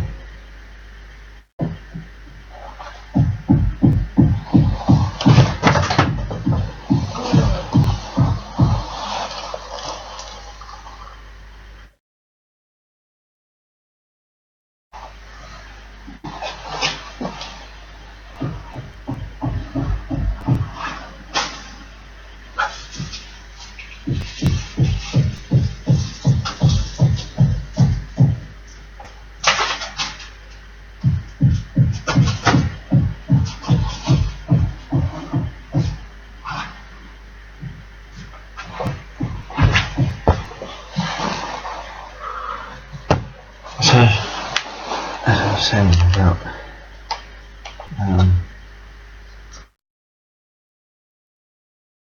and the glaze,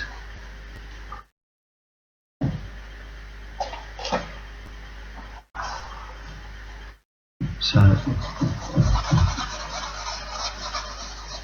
that's much thinner, and hopefully you can see it has a sort of transparent look about it, so that by mixing this medium, which has a gel consistency, and creates this sort of synchron, and then can do things like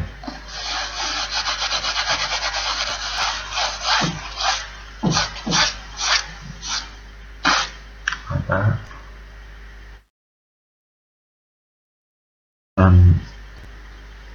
You know, I could paint on top of that.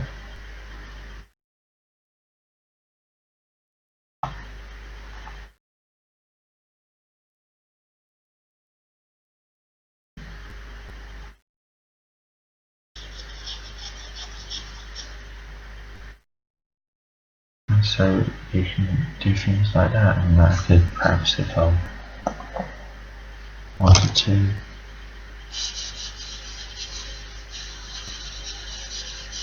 use a bit of tissue,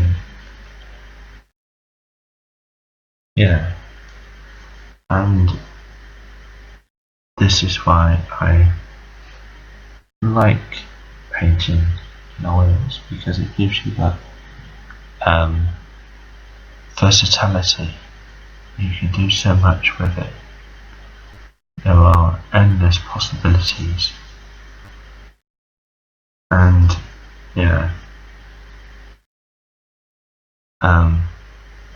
it's the reason why I have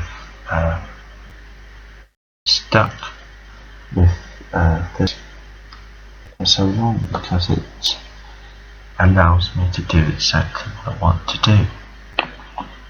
And I could not create the kind of effects I believe in any other way. And for me, I hope that by the end of this very long film,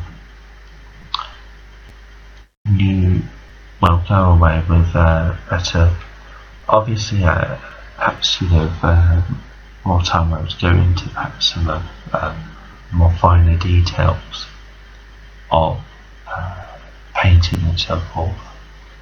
But hopefully I've given you a good oversight into painting, the different mediums that there are, and some of the techniques. But you can see that for me, oil painting is by far the much more easier painting way of painting than any other form of painting, because these canvases here will remain, although by using this medium here, this has a quicker drying time in comparison with, say, this one.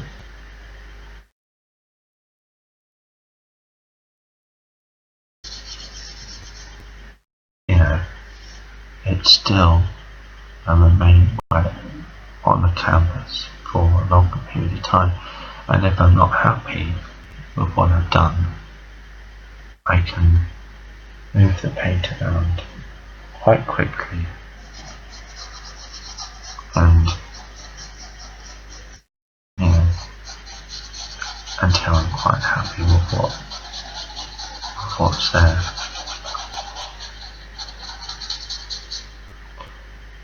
So like that, not what I did at the bottom.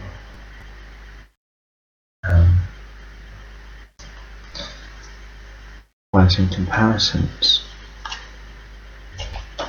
with this acrylic, it's virtually dry. I don't know if you can see that, but that's virtually dry. All of those cases, they're as dry as a bone. Whereas this gives me the time to put things right. So if I'm not happy with what I've done, I can keep on working for a longer period of time. I go off, have a break, come back, you know, and work on this.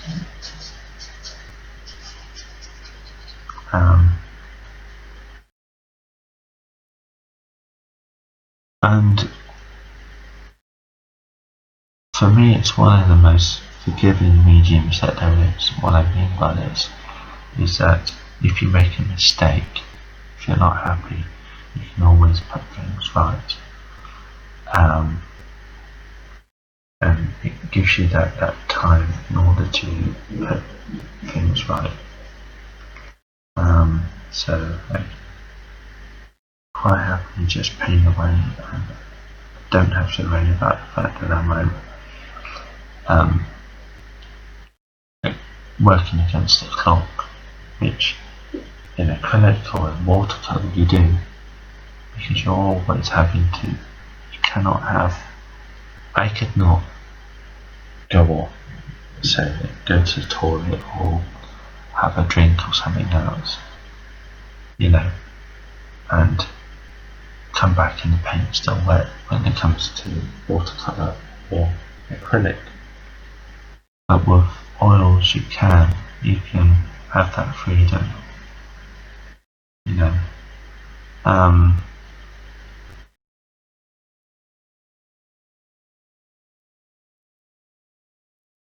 And like I say, unless you buy a really expensive acrylic set, most acrylic dries rapidly, and it means that you have to work very fast with it. And that for me is the brilliance and why I've always liked working with oils. And even when these are dry,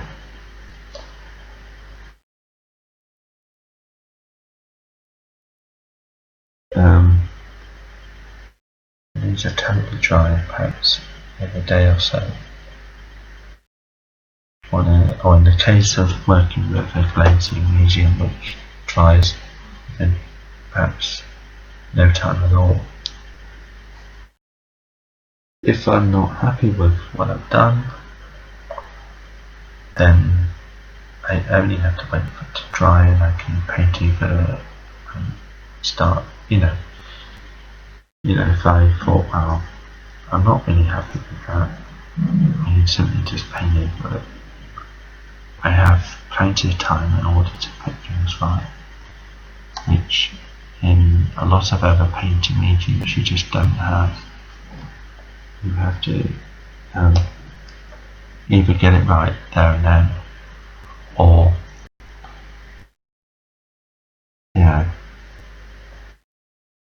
otherwise you have to sort of think, well, totally get rid of that piece and start all over again. Whereas with this, if I'm not happy, I can always put it right, and I've always got the time in order to put it right. And I guess that's why I love working in oils. So apart from the myth of it being, this difficult medium that, as I said at the start, is based on the fact that basically because there is a broad range of styles, broad range of techniques, artists have used it in various different ways, from Turner almost using not watercolour, oil paint as like watercolour to create washes, and then you've got somebody like Van Gogh who's using it very thick, or Sibelius who painted it such a, he used it to create these sort of realistic effects, or and so on and so on. And that seems to be where the myth has come from.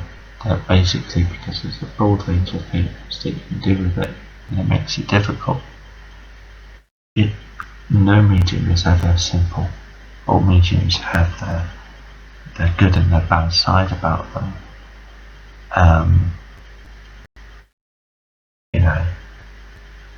Some people may not like this because of its smell, or because it's hard to clean or something. As other people might like to paint like that, but or or paint watercolor, and it all takes time to understand what you can and what you cannot do. So no medium is ever, completely simple and without any problems. They all come with the good and the bad side. But I've always, ever since I've been painting, I've always liked oil. Not because I don't hate other painting mediums, and I've tried them all, but because of the fact that there is so much that you can do with oils that you just cannot do with any other painting medium. And it's very forgiving. It allows you to put things right. And that's why I've always painted in oils. The technique that I have developed over a period of time has only come about because of the medium that I've used. And of course, you can say the same about any painting medium, but it has allowed me that time to develop in that way. And I suppose you can say that about any painting medium, but the freedom to try out new things and to work in different ways. And I just love it. And I hope that by watching this very long film, that hopefully I will have explained things, and that people will be able to see the pros and cons of all of these mediums, and hopefully it will have put the myth that oil painting is hard to bed,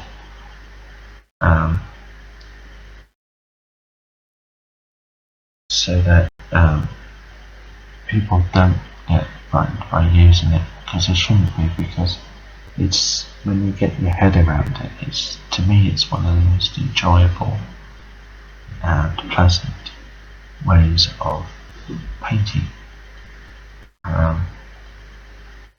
And that's all that I wanted to say for this video. And I hope that you enjoyed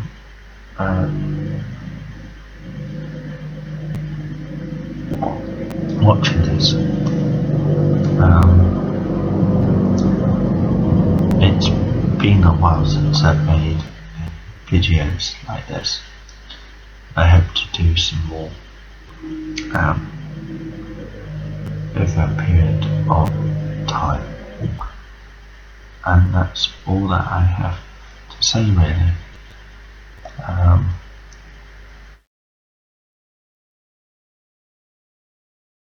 Thank you. Goodbye.